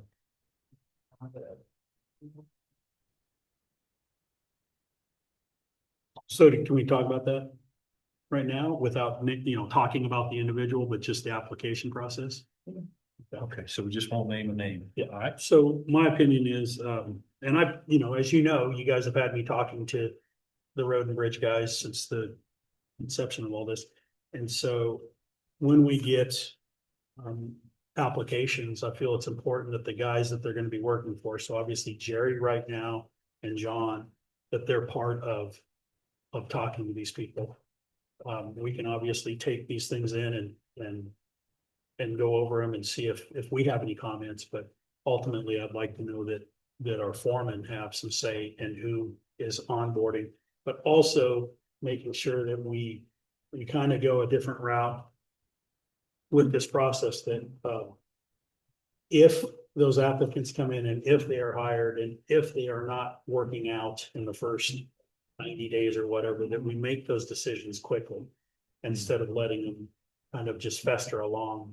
And sometimes, especially when people are needing help, they're kind of reticent to say, hey, this guy's not going to work out. And so I just think that we need to basically say that the culture we're trying to create is we want people that give us an honest day's pay or work for an honest day's pay. And we don't expect anything more than that. But if they're not, we need to cut it quick. Yeah. In the past, it seems like we've been afraid to do that.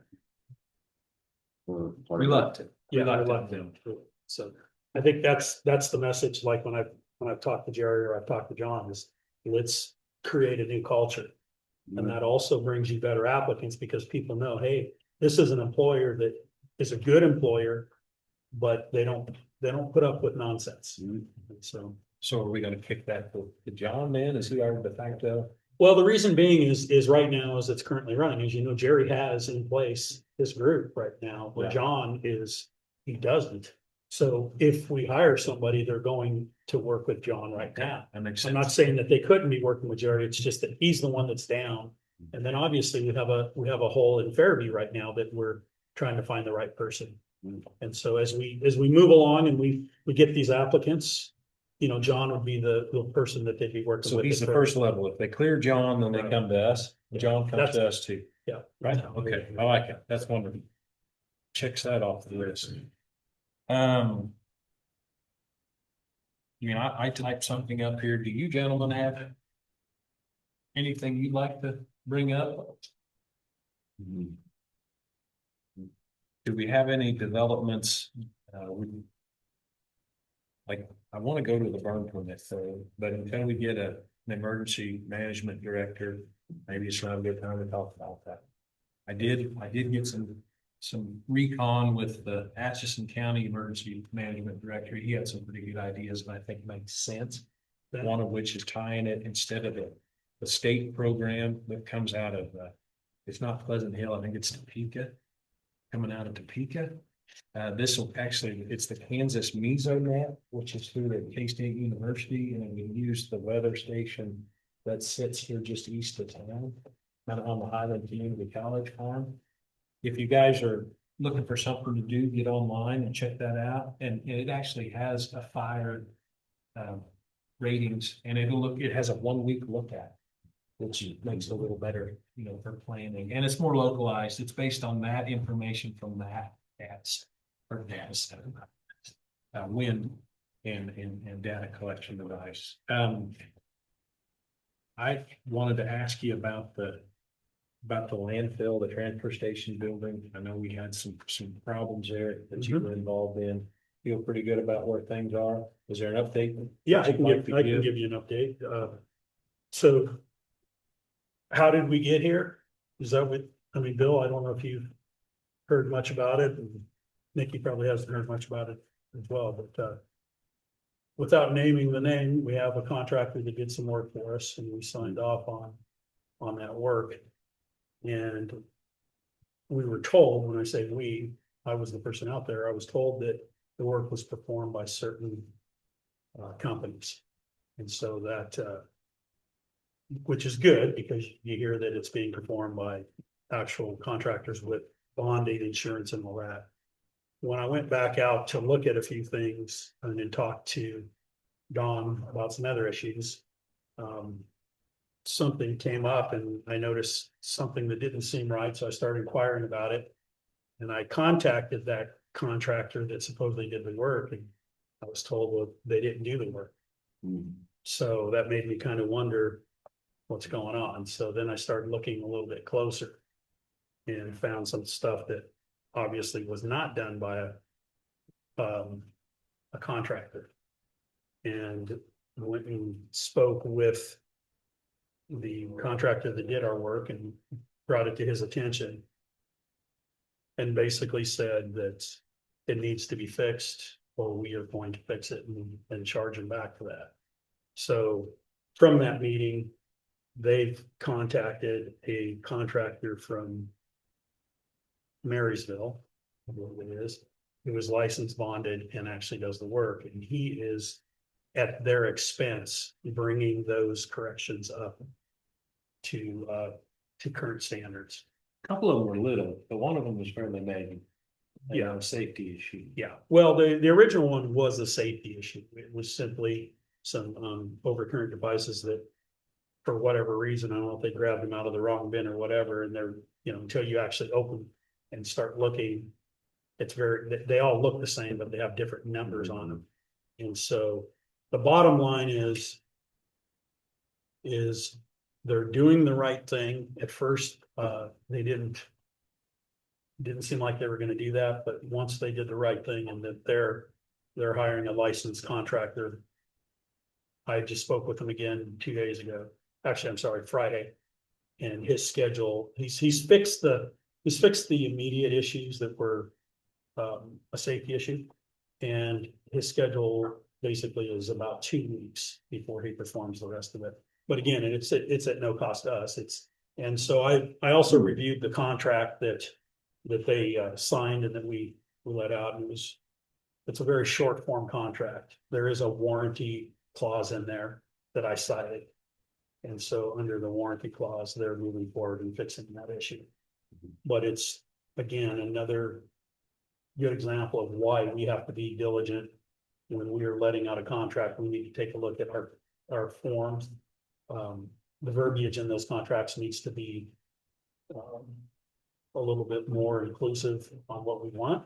And then we also have to make sure that the people performing that work are licensed and bonded. The county taxpayers are expecting that, and we need to make sure that happens. So what's this process?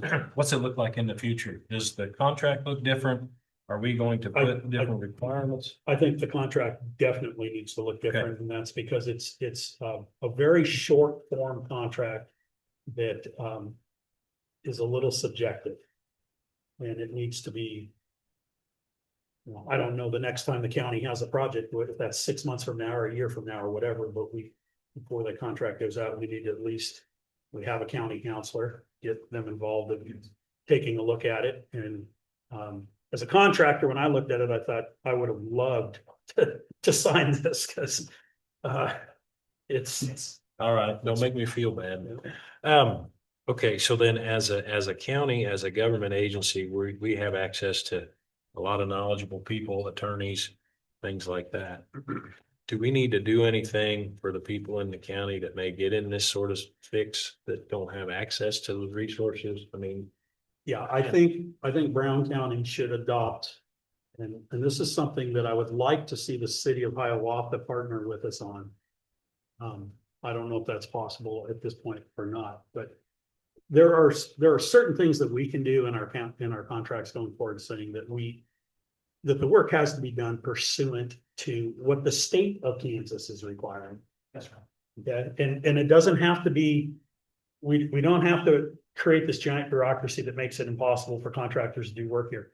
But at least, just like what was just stated with gentlemen that want to do some work along the road, at least if we acknowledge and we come up with our own Brown County standard specifications that require work that gets performed here to be done pursuant to the standards of Kansas, or we can even amend that. We have the right as a county if we want to go above and beyond. But I think at the very least, we start requiring the work be performed to what the state's requiring. And there's electrical codes, there's plumbing codes, there's certain codes that we can just piggyback on them with.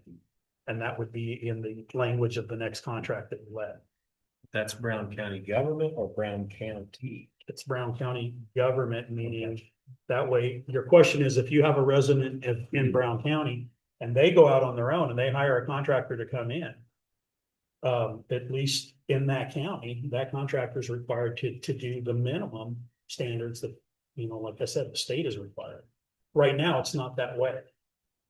So it protects our constituents, and it's minimum stuff. It's not, I'm not looking to create a bunch of new rules and regulations. It's just simply stating that if they don't do something, somebody came in and wired up your house, a new house, and they did it in an unsafe manner, you would want the county to say that's not acceptable in our county. Okay. Now, I think I understand. So if the county itself has a set of standards for project we let out, that's one. But if the county has a unit of Overall, land, work being performed in the county has to be done to certain standards. so that doesn't turn into the zoning order, does it? No. Does that turn into enforcement by the county, or does that just turn into, if something goes wrong, that the homeowner or whoever has the work done says, listen, in Brown County, it's got to be done to this set of standards. Set up so that. So we're not in the enforcement business. We just don't have the budget for that. We're not a big enough county that, there are many, many places in the United States you go do work, you're gonna pull a permit. And that permit's gonna be inspected and all that. But we're not there. We don't have. But this is a fallback for someone who's getting work done. It's not enforcement by the county. It's not licensing by the county. It's simply a set of standards that we adhere to. Work is, we have a resolution that says, because you can go that direction, I like that, a resolution that says, by performing work in this county, people are agreed to perform and enforce codes. Then if they don't do that, the homeowner and identify this as a failure to meet contractual standards, right? Meaning you're staying out of the enforcement. Right, so we're just saying you can just go to the check that apply, and then that way the homeowner can come back and say, hey, you can do this, and then it's still just up to the homeowner. And in reality, when you hire a licensed contractor, when you hire a licensed contractor, okay, that licensed contractor is already agreed by virtue of him pulling a contractor's license for the work that he's covering. He's already agreeing to that at the state level. Yeah. He's not supposed to be putting in work that is under state standards. So is this just a layer of nothing then? no, it's definitely a layer of, for instance, on this, okay, the contract didn't spell out that you have to do the job correctly, Okay. right? As simple as that is, Right. right? It talks about the work must be performed in a workmanlike manner. That's pretty subjective. Yeah. So this is defining what that word. It's defining what that workmanlike manner is. And all we're doing is we're not creating it. We're just going back. Kansas, believe it or not, they still use the 2008 National Electrical Code. Okay, and it's updated every 3 years. And I understand why they do it, because they're looking at it and saying some of these new adoptions are very costly. Yeah. And they had enough wherewithal to say, we don't want to impose those costs on people trying to build here. Well, and before we get to the back question, what about somebody that's doing an at-home project, but didn't hire a general contractor? We're not the inspection. Right? What we're trying to do though is, the people that are not building, taking money, they're not building up what a working life standard should be. There's people that are, we're not trying to be the inspection police for, like when we were, I'm gonna use a non-electrical example, some of the worst concrete I've ever seen poured was done by my dad on the farm. And it didn't look right, but nobody was gonna see it and it hid under a silo. And so that was that, but, so we're not trying to be the police of everybody doing everything, but there are people that are building right now as contractors that are taking money. That aren't building within what a standard is. And what we're saying is, we're just trying to put some regulations on the book that says, this is what the local standard should be. So that way, people that are dealing with these contractors, whoever it might be, they have something that they can go back to. Am I saying this right, Richard? We're not, Absolutely. like, we don't have the manpower or the staff to go out and inspect, and we're not trying to get in that business. That's Nor not the what that desire. is. Nor the desire. Yes, okay. But the idea That's is to important. give, yeah, the desire, not even the desire, but the idea is to give the homeowner or the commercial business the ability to point back and say, hey, you didn't do this, and this is supposed to be what it's done with local leagues, so you can't wiggle on this. And then they can enforce it. Like, are we gonna get into enforcing that? No, they file an action against the contractor in court. They can deal with that. That's not up to us, but we give them a stand that they can. Now, our resolution is a legal document essentially they can point to and have legs to stand. That's right. Work performed commercial by commercial contractors should be done according to this state. This state, this state. Is that kind of what you're thinking? I'm not So is that on your to-do list then? Yeah, it is. It's on my to-do list for lunch. I got a growing to-do list. I But Lucas, we're also, and Bill, we're also trying to protect the contractors that reside here in this county. Okay, and have businesses, and they are playing by the rules. They've gone out, they've got licensed, they've been Right. bonded, and they are adhering to, a set of standards. They've learned their trade. Yeah, And so when you bid against somebody that maybe is not going to follow those standards, it's an unfair business practice. They can't compete. Well, and to say that, to come full circle on, all right, maybe nobody gets called on, but we had a problem on this panel where they were using half the gauge wire that they shouldn't. Okay, if you go over to any hardware store, you can look and see that the half gauge wire is half the price. So they can undercut that person that's doing it right, because they don't put the right materials. no, that makes sense. And if you, instead of buying the right breaker, you go to a box where you have a whole bunch of breakers of different sizes, and you throw them in. Yeah, you can, do you see where I'm? 100%. Yeah, and that's where you, And I will say, I mean, the contractor stepped up and he did the right thing. yeah, So so the end result is good. So are these codes readily available, I assume? oh yeah, they're They're the online. age of these codes, anybody can get them free. The 2008 code, you can just go online and say, I'm gonna look up the 2008 code, they can pull it down, and these are not like. Anybody that, and Richard, stop me if I'm wrong, I mean, this is. Anybody that's a contractor knows this. Well, there's certain trades, if somebody comes in and they put a roof on your house and they don't do it correctly, your roof is gonna leak, right? But nobody's gonna get killed. Okay, if they don't paint your house correctly, it's not gonna last. If they don't do the concrete, it's not gonna last. If you don't do electrical correctly, you're gonna burn a house down and possibly kill somebody. And so it just. It's a serious matter. And also filming the same way, like if you don't do, because there's some. You would think that there's. I hope people don't have it, but there was plumbing material from the late '80s, early '90s that sits in houses, it's just an example. That it looks like PEX, but it's not PEX. And if you- CPVC. Yep, CPVC, and if you put PEX with it, you can flood the whole house, right? And so there are certain things that. And it's not that you shouldn't be able to put your own, this is not for people saying, hey, I can't go over and buy a water heater and put it in myself, that's not the thing. But if you're hiring somebody to come in as a professional, the problem is that you've got people that are doing work, they're bidding it out, they're representing themselves as professionals. They're not doing it to the standard that every other professional is doing it. So the idea is you put some code on and puts them all in the same plane, and playing. Does that make sense? It does. Yeah, so Sounds it's good to me. not. Okay, So I have another thing to. Go ahead. So it's just, can I have one question? Yes, sir. So after the license, who does the licensing? We're not doing that. Okay, yes, you just have to be. Yeah.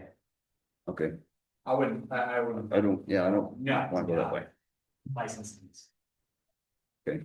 Like Richard said, they'll already be licensed through the state or city or whatever, some. I wouldn't do this. Yeah. And that goes. This is just put. the- What have you got for us up there on the Alright, whiteboard? so. This is just one. Right, something that, as far as the paving that I've been trying to think through what this. Right. Well, years ago, back in '85. Well, before my time. There was someone that looked a lot like me that was in government, he was the city administrator, my dad, Clark City, okay. And on a smaller scale, they had a whole bunch of roads that were gravel that they needed to have paved in ten. Okay, so they went and got a patch unit, just like signing a little patch unit. They didn't have a lot of volume for a lot of long road, but they went through and they bought the materials to asphalt and asphalt. Was it perfect? No. But did it work? Yes, and those roads are still asphalted today, they're still functioning, okay? So, they had to solidify the base, in whatever way that meant down there, and it's, every part of the state's different. Okay, so it's not, I'm not saying that there's a one size solution that fits all. We have 270 miles of road that's sitting out there. Okay? Now. There is no way, possible that we could afford someone to mix asphalt in the haul back. That is $160 a ton. No way you do it. Okay. At the same time. We don't know yet what the highest level and the mid level was, and I know we're working through trying to find ways to solidify it. So this is just one example. It's the most expensive example, so I'm just throwing that out there so that everybody can kind of look at it and see. Right? If the goal is to have roads that are stable, maintained with minimal input over the year, okay? It may make sense to do a project or phasing of projects over a number of years to put the roads into that type of a, okay? So if you look at it, over 25 years, and that's what you do a bond for, right? A municipal bond. People do this all. You do a municipal bond over 25 years. A $15 million municipal bond, the payment on it is approximately $983,000. Okay, well, why do I bring that? $15 million buys approximately $100,000 per mile of road to spend on whatever semi-permanent or permanent type coating that. Right? The most expensive solution is hot mix asphalt and green. The materials for hot mix asphalt at 93% aggregate, $20 a ton, which is fine. Right, it could be higher than that here. And bitumen, I never pronounce it right, but it's 7% of the mix, that's $400 a ton, which is right in the middle of what it costs. At $46.60. Do a 3-inch mill and overlay, it's about 2,200 tons. Okay, so you look at that, the overall cost, that's $93,200. Exclusive labor, exclusive of column there, and exclusive of the equipment. But I use this as an example because that permanently pays 150 miles. And then what are you doing to maintain that? You're doing mills and overlays at 10 miles record. Right now you have 150 miles of road based on the thing. I'm not saying that that's a solution for 150 miles. Right? I'm not saying it's a solution for 100 miles, but I am saying that the equipment to do 150 mile road with one project, you're not gonna own all that, you can lease it. Right? And then you're owning a subset of equipment from mill and overlay. Right? Now, how does all that work? You have to plan, you have to trial out what the technology is going to be. Is it going to be asphalt? Probably not. Right? Is it gonna be cold this aspect? Probably not. But there will come some technology that I hope we're gonna find through 3 or 4 different trials issue of what it takes to solidify the base and come up with something that is a permanent type solution that we can maintain. With the idea being that and then come up with what that project is. All right?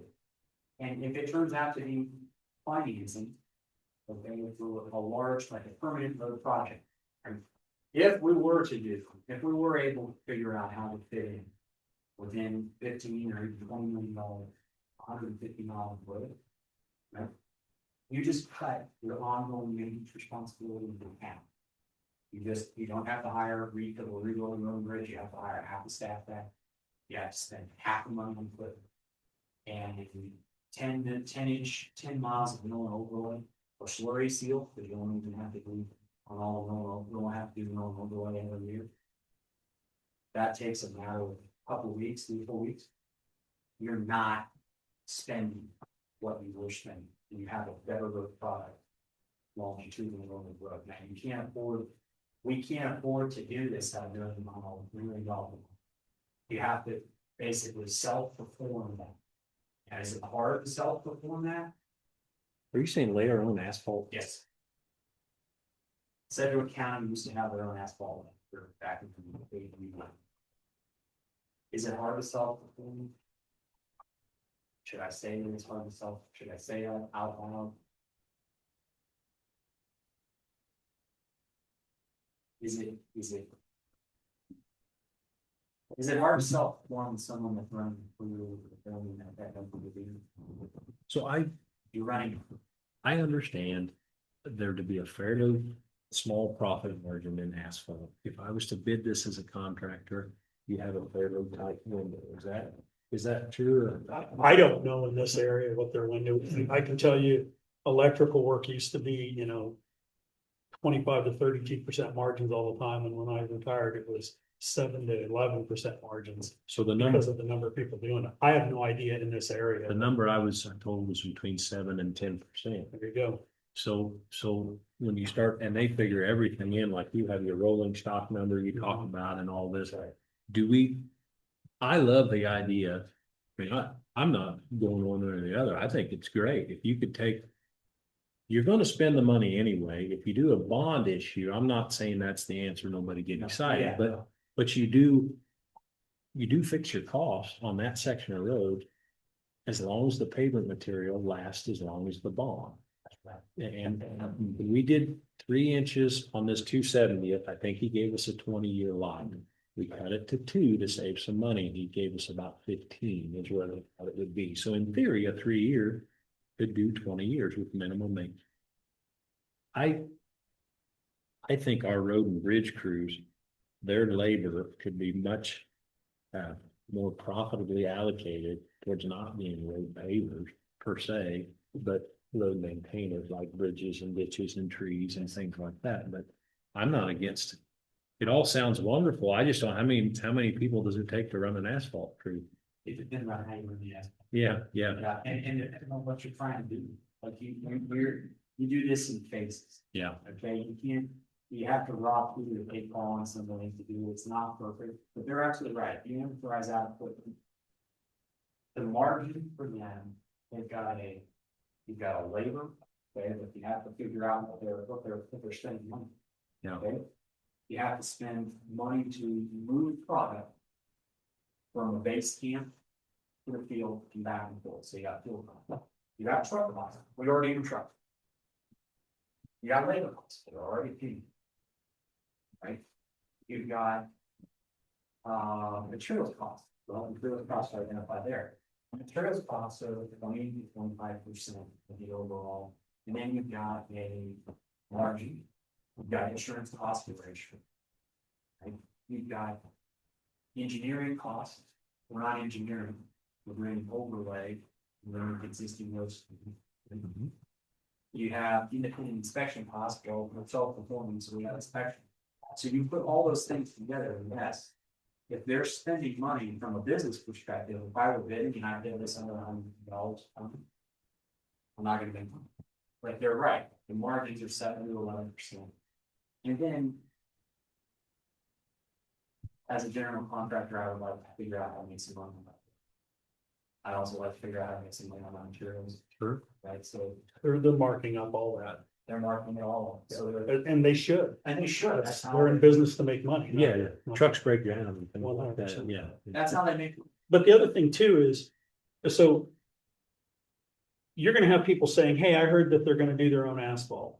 That's not what we're saying. Not at all. What we're saying is, if we are not looking as a commission at all the different options and what they cost. And you're weighing your options, then we're not doing our job. This is just one example of thinking outside the box from the way we've done it before. But also, when we were in our coffee commission meeting the other day, one of the things that kept coming up, and I've had constituents hit me up, is we have haul roads in this county. That, for lack of better terms, they've become haul roads, right? Mhm. One of them is the Baker Road. Why is it? Well, Ag Partners has a co-op there, and because of that, it's become a haul road. The road in front of your house is it's a major thoroughfare, Sumac to Sunflower, right? Again, a lot of it comes from Robinson. Prairie Road, Thrasher Road. And if we don't look at ways to at least go to those roads specifically and try to figure out a way to bring them up to a standard that's gonna last a long time. And not just, right now we're spending $2 million just on rock and oil every year. And that's without escalators. And this year, we were told a 6% escalation cost in just rock. So that 2 million that just gets us product to do what we're doing around the county. How do we hedge that $2 million going forward? If we're not looking at different ways of doing the stuff we've been doing. And it might come down to, right now, the county looks at it as we maintain 270 miles of quote paved roads, they're chip and sealed roads. What if we started doing more of an approach where we go after the roads that are getting the majority of the use by the majority of the trucks first? And we attack those roads first and try to figure out a way to protect those roads, because the farmers are not getting smaller, the roads are getting more dangerous.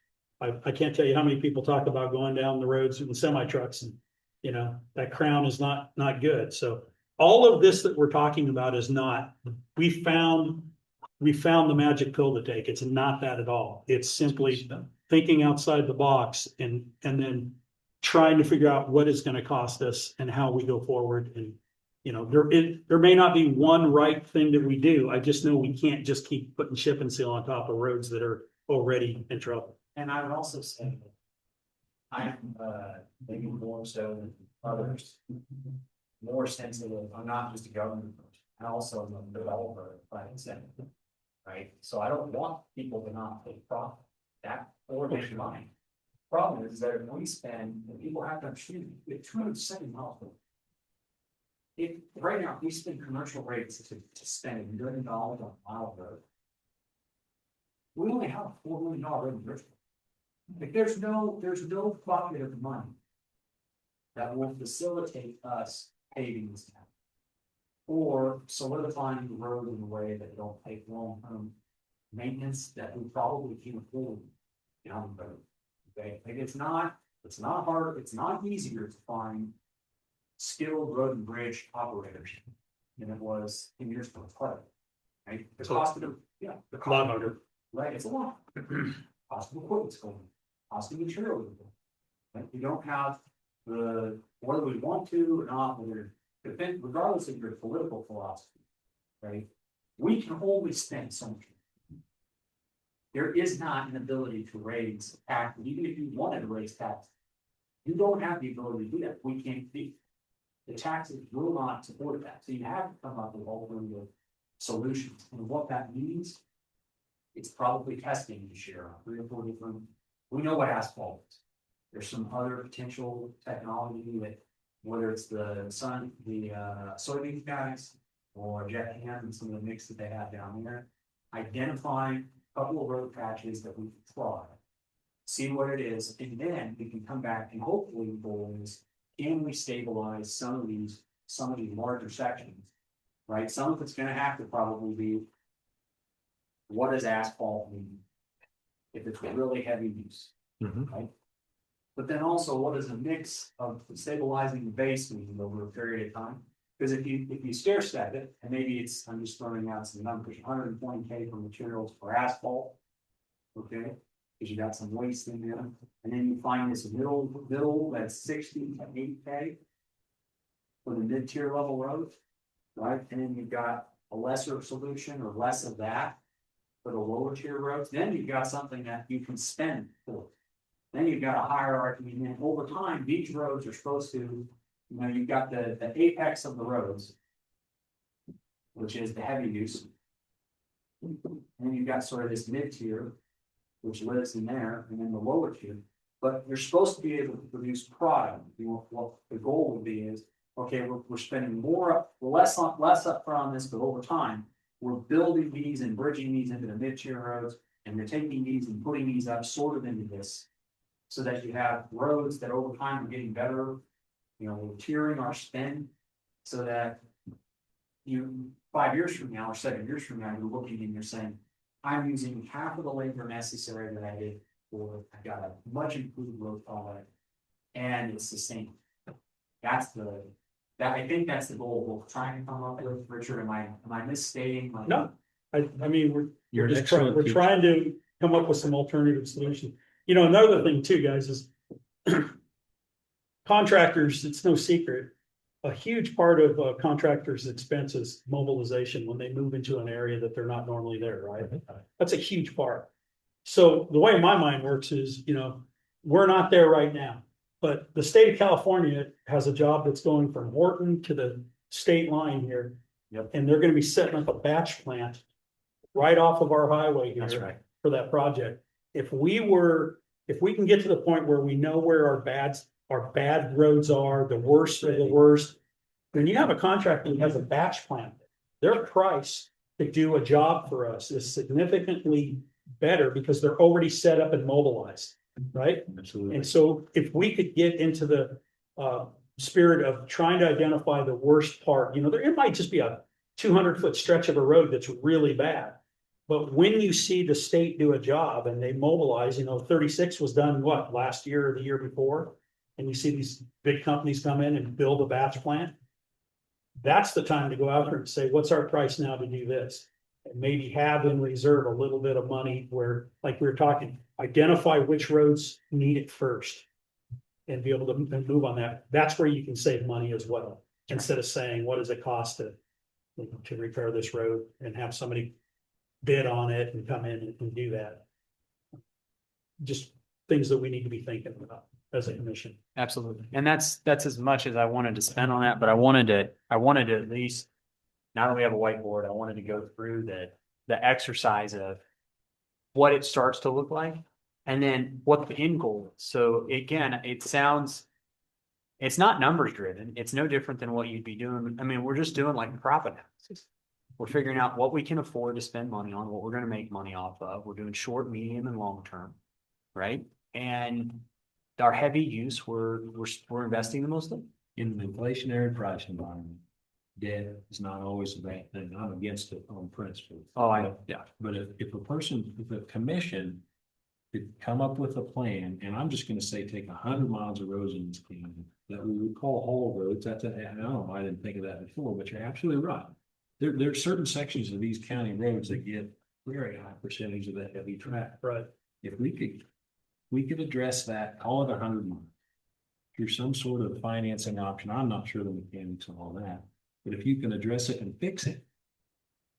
What you've done is you've locked in your cost. You've hedged. Right. You've hedged that right in So cost. the 5 to 6% increase, I mean, I see it on lime and gravel on my own farm every year. Right. We get emails going up 3%. But basically the increase in product cost will, how you say your interest, they will kind of cancel each other out. Yeah. So it's not a bad spin. Plus the beauty of it, and I never thought about this till they put it on the whiteboard, is that if you pull 100 miles out of the rotation, because it's a killer road now, what you've done is take our same crew and essentially you took 100 miles of road where, you know, we don't have to do much on it. We can focus on the areas that really need it. So it maximizes the labor that we can. That's also just like the elastomeric product, right? That we're looking at. Okay. If one of those things end up working the way we want, all of a sudden you start putting that down with a company and that reduces the amount of roads our guys have to get over. They're not gonna be chip and sealing that road for 7 to 8 years, right? So it's, And I would say that chip and seal, you're absolutely right, the road maintenance on, I'm not saying that I'm an asphalt expert, but I do want to throw this out there. Okay, you have it's not even just the thickness, it's the moisture.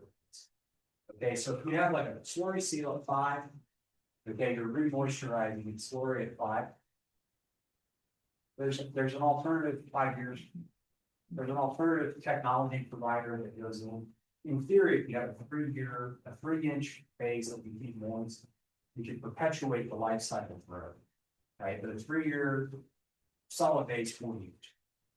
And but if you get back to, but you gotta recycle the moisture, and what happens is in years 5 to 15, it sucks out rock. That's why you do a chip seal.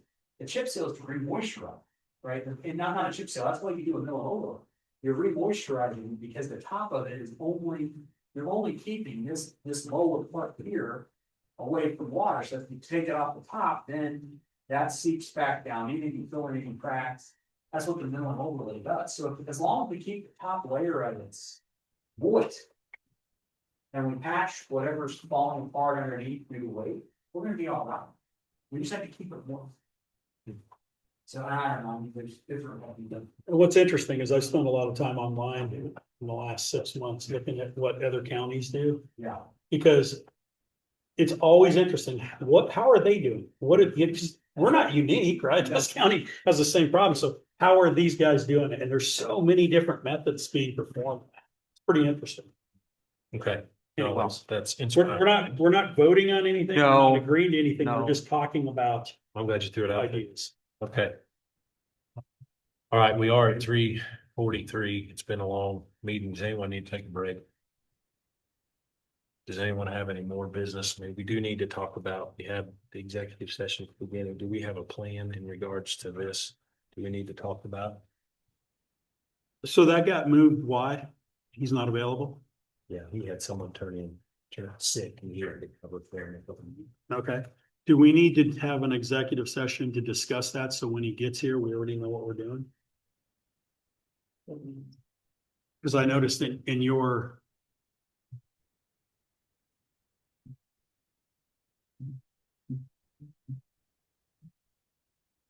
I think we could talk about it in 10 minutes. That's all right. I move, we go into executive session with the 3 commissioners, county counselor and county clerk to discuss non-elected personnel, compensation and duties, I guess.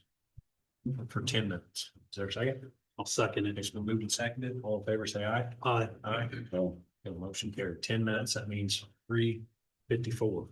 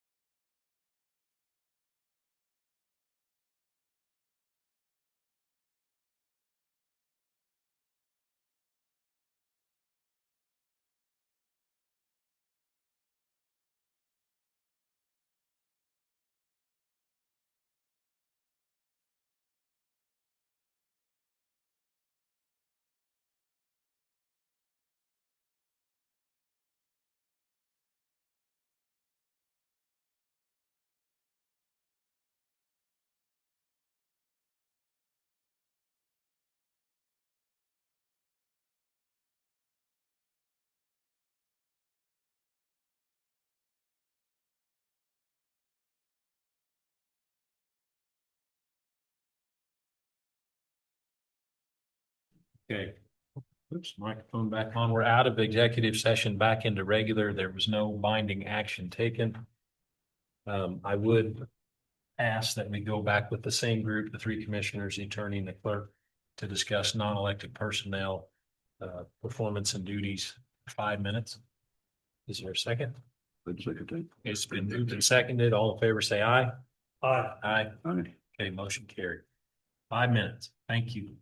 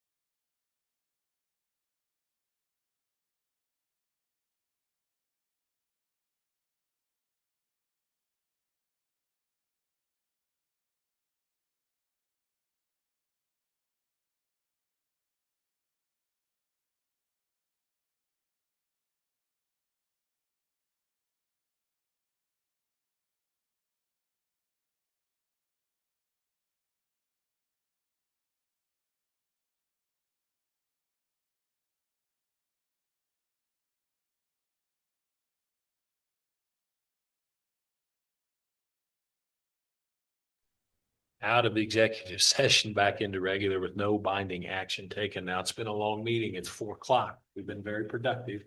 But is there any, I think I've got my entire list checked here. Is there anything else to discuss? While we're still in work session for Thursday. Is that just an automatic on the books at 1 o'clock?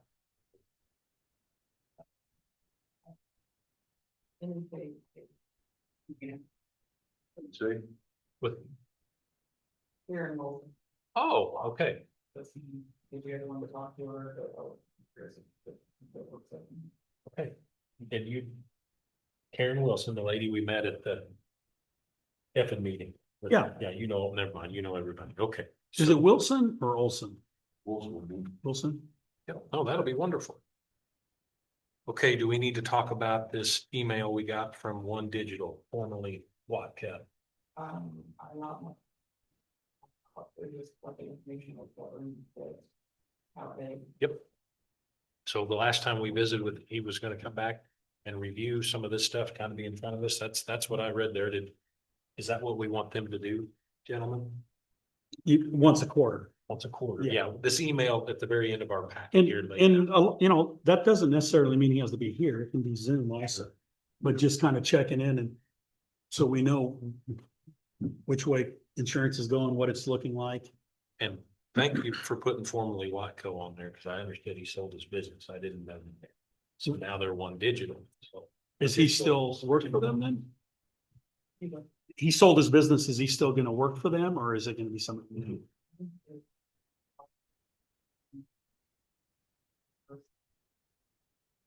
Yeah. Okay. Things change, so. Okay, and, I'm sorry.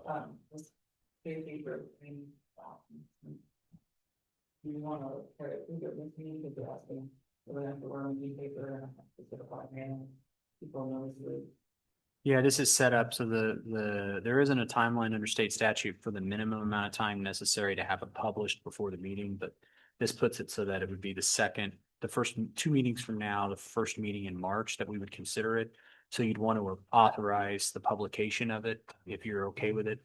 I sent it to Richard and also to Nikki, but basically it's a straightforward form that just says we're looking at vacating the portion of the road 670 feet west of the intersection of Hazelnut and 240th Road at 240th Road, continuing all the way over to the creek. I don't say creek like other people say creek, so. Got it. It's a creek, not a creek. Yep. Yep. Yep, but to the creek. So that's why I hope you just said we couldn't both say it was to the creek. I know, I can't say it right, but sometimes I can. If somebody says it right It's first. too late. The meeting's been going on too long. Anyway, well, that's cool. Did you see it? Did yours come up? You're still loading. Mine's still loading, but Let me send it to the other two. Are they like? Oh, okay, good. So essentially, this is language that says we're starting the process and but we need to approve this to go ahead and get it advertised. Yeah, in the paper and then also to allow Nikki to, Is that enough time, March 2nd? Yeah, it's in this week, it'll be. Yeah.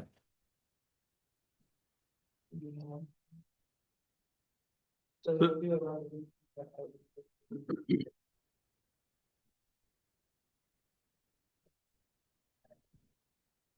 yeah, we'll have the resolution for it.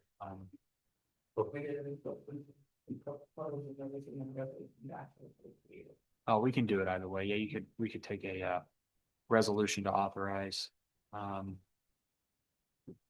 a resolution's binding. Depends, there's 2 types of resolutions. So there's a policy resolution. Unlike cities that have resolutions, which are statement of intent, and then ordinances, which are statement of law. Counties only have resolutions, so half of them are like the resolutions that are statements of intent are not really binding, but resolutions that are taking official action are binding. You can have a motion to authorize publication without having, you don't have to do that by resolution, but we have done that in the past by custom, so we could have a resolution to authorize the publication. I think we could just publish the notice without a resolution. We don't have to have a resolution to publish the notice. Austin, does in the last two paragraphs, there's KSA 68102 and then there's 68102A. Yes, That's by design. yes. Okay. And I have that, that's right. And then there's a notice that it talks about 68102A says that the notice is published. Okay. So once you authorize the notice, we could actually publish the notice without authorization, but it's better that we authorize it. So then is the board, what you read there, are we generally in agreement? This is what we want to do? So then the process, what do I need to do to get this to approve the notice of hearing? Approve the notice of hearing and allow for Nikki to work through publication. So I would make a motion to approve the notice of hearing in regards to this, to vacating a road. Yep. For the vacation of a portion of the 240th road. Okay, so I would make the motion, notice of hearing to vacate a portion of 240th road And allow Nikki to publish and mail notice. and allow the clerk to publish and mail the notice. That's it. That's enough. So is there a second to that? I'll second it. It's been moved and seconded. Is there any discussion? If not, all in favor, say aye. Aye. Aye. Okay, motion carried. Oh, that was good. That's one of those things we're gonna get off the list here eventually, so I love it. Action. Okay. Now. Anything else that we've forgotten? We do have a retirement coming up in the building, next week. So we want to make everyone aware of that too. Nellie's is a short timer. So. That's coming up and I really don't have anything else other than just sign some papers and we're done. The agreement? So then there's our motion to adjourn. I'll make the motion to adjourn. Is there a second? Get moved and seconded. All in favor, say aye. Aye. Aye. Motion carried. We're adjourned. Thank you very much. Thanks, Dallas.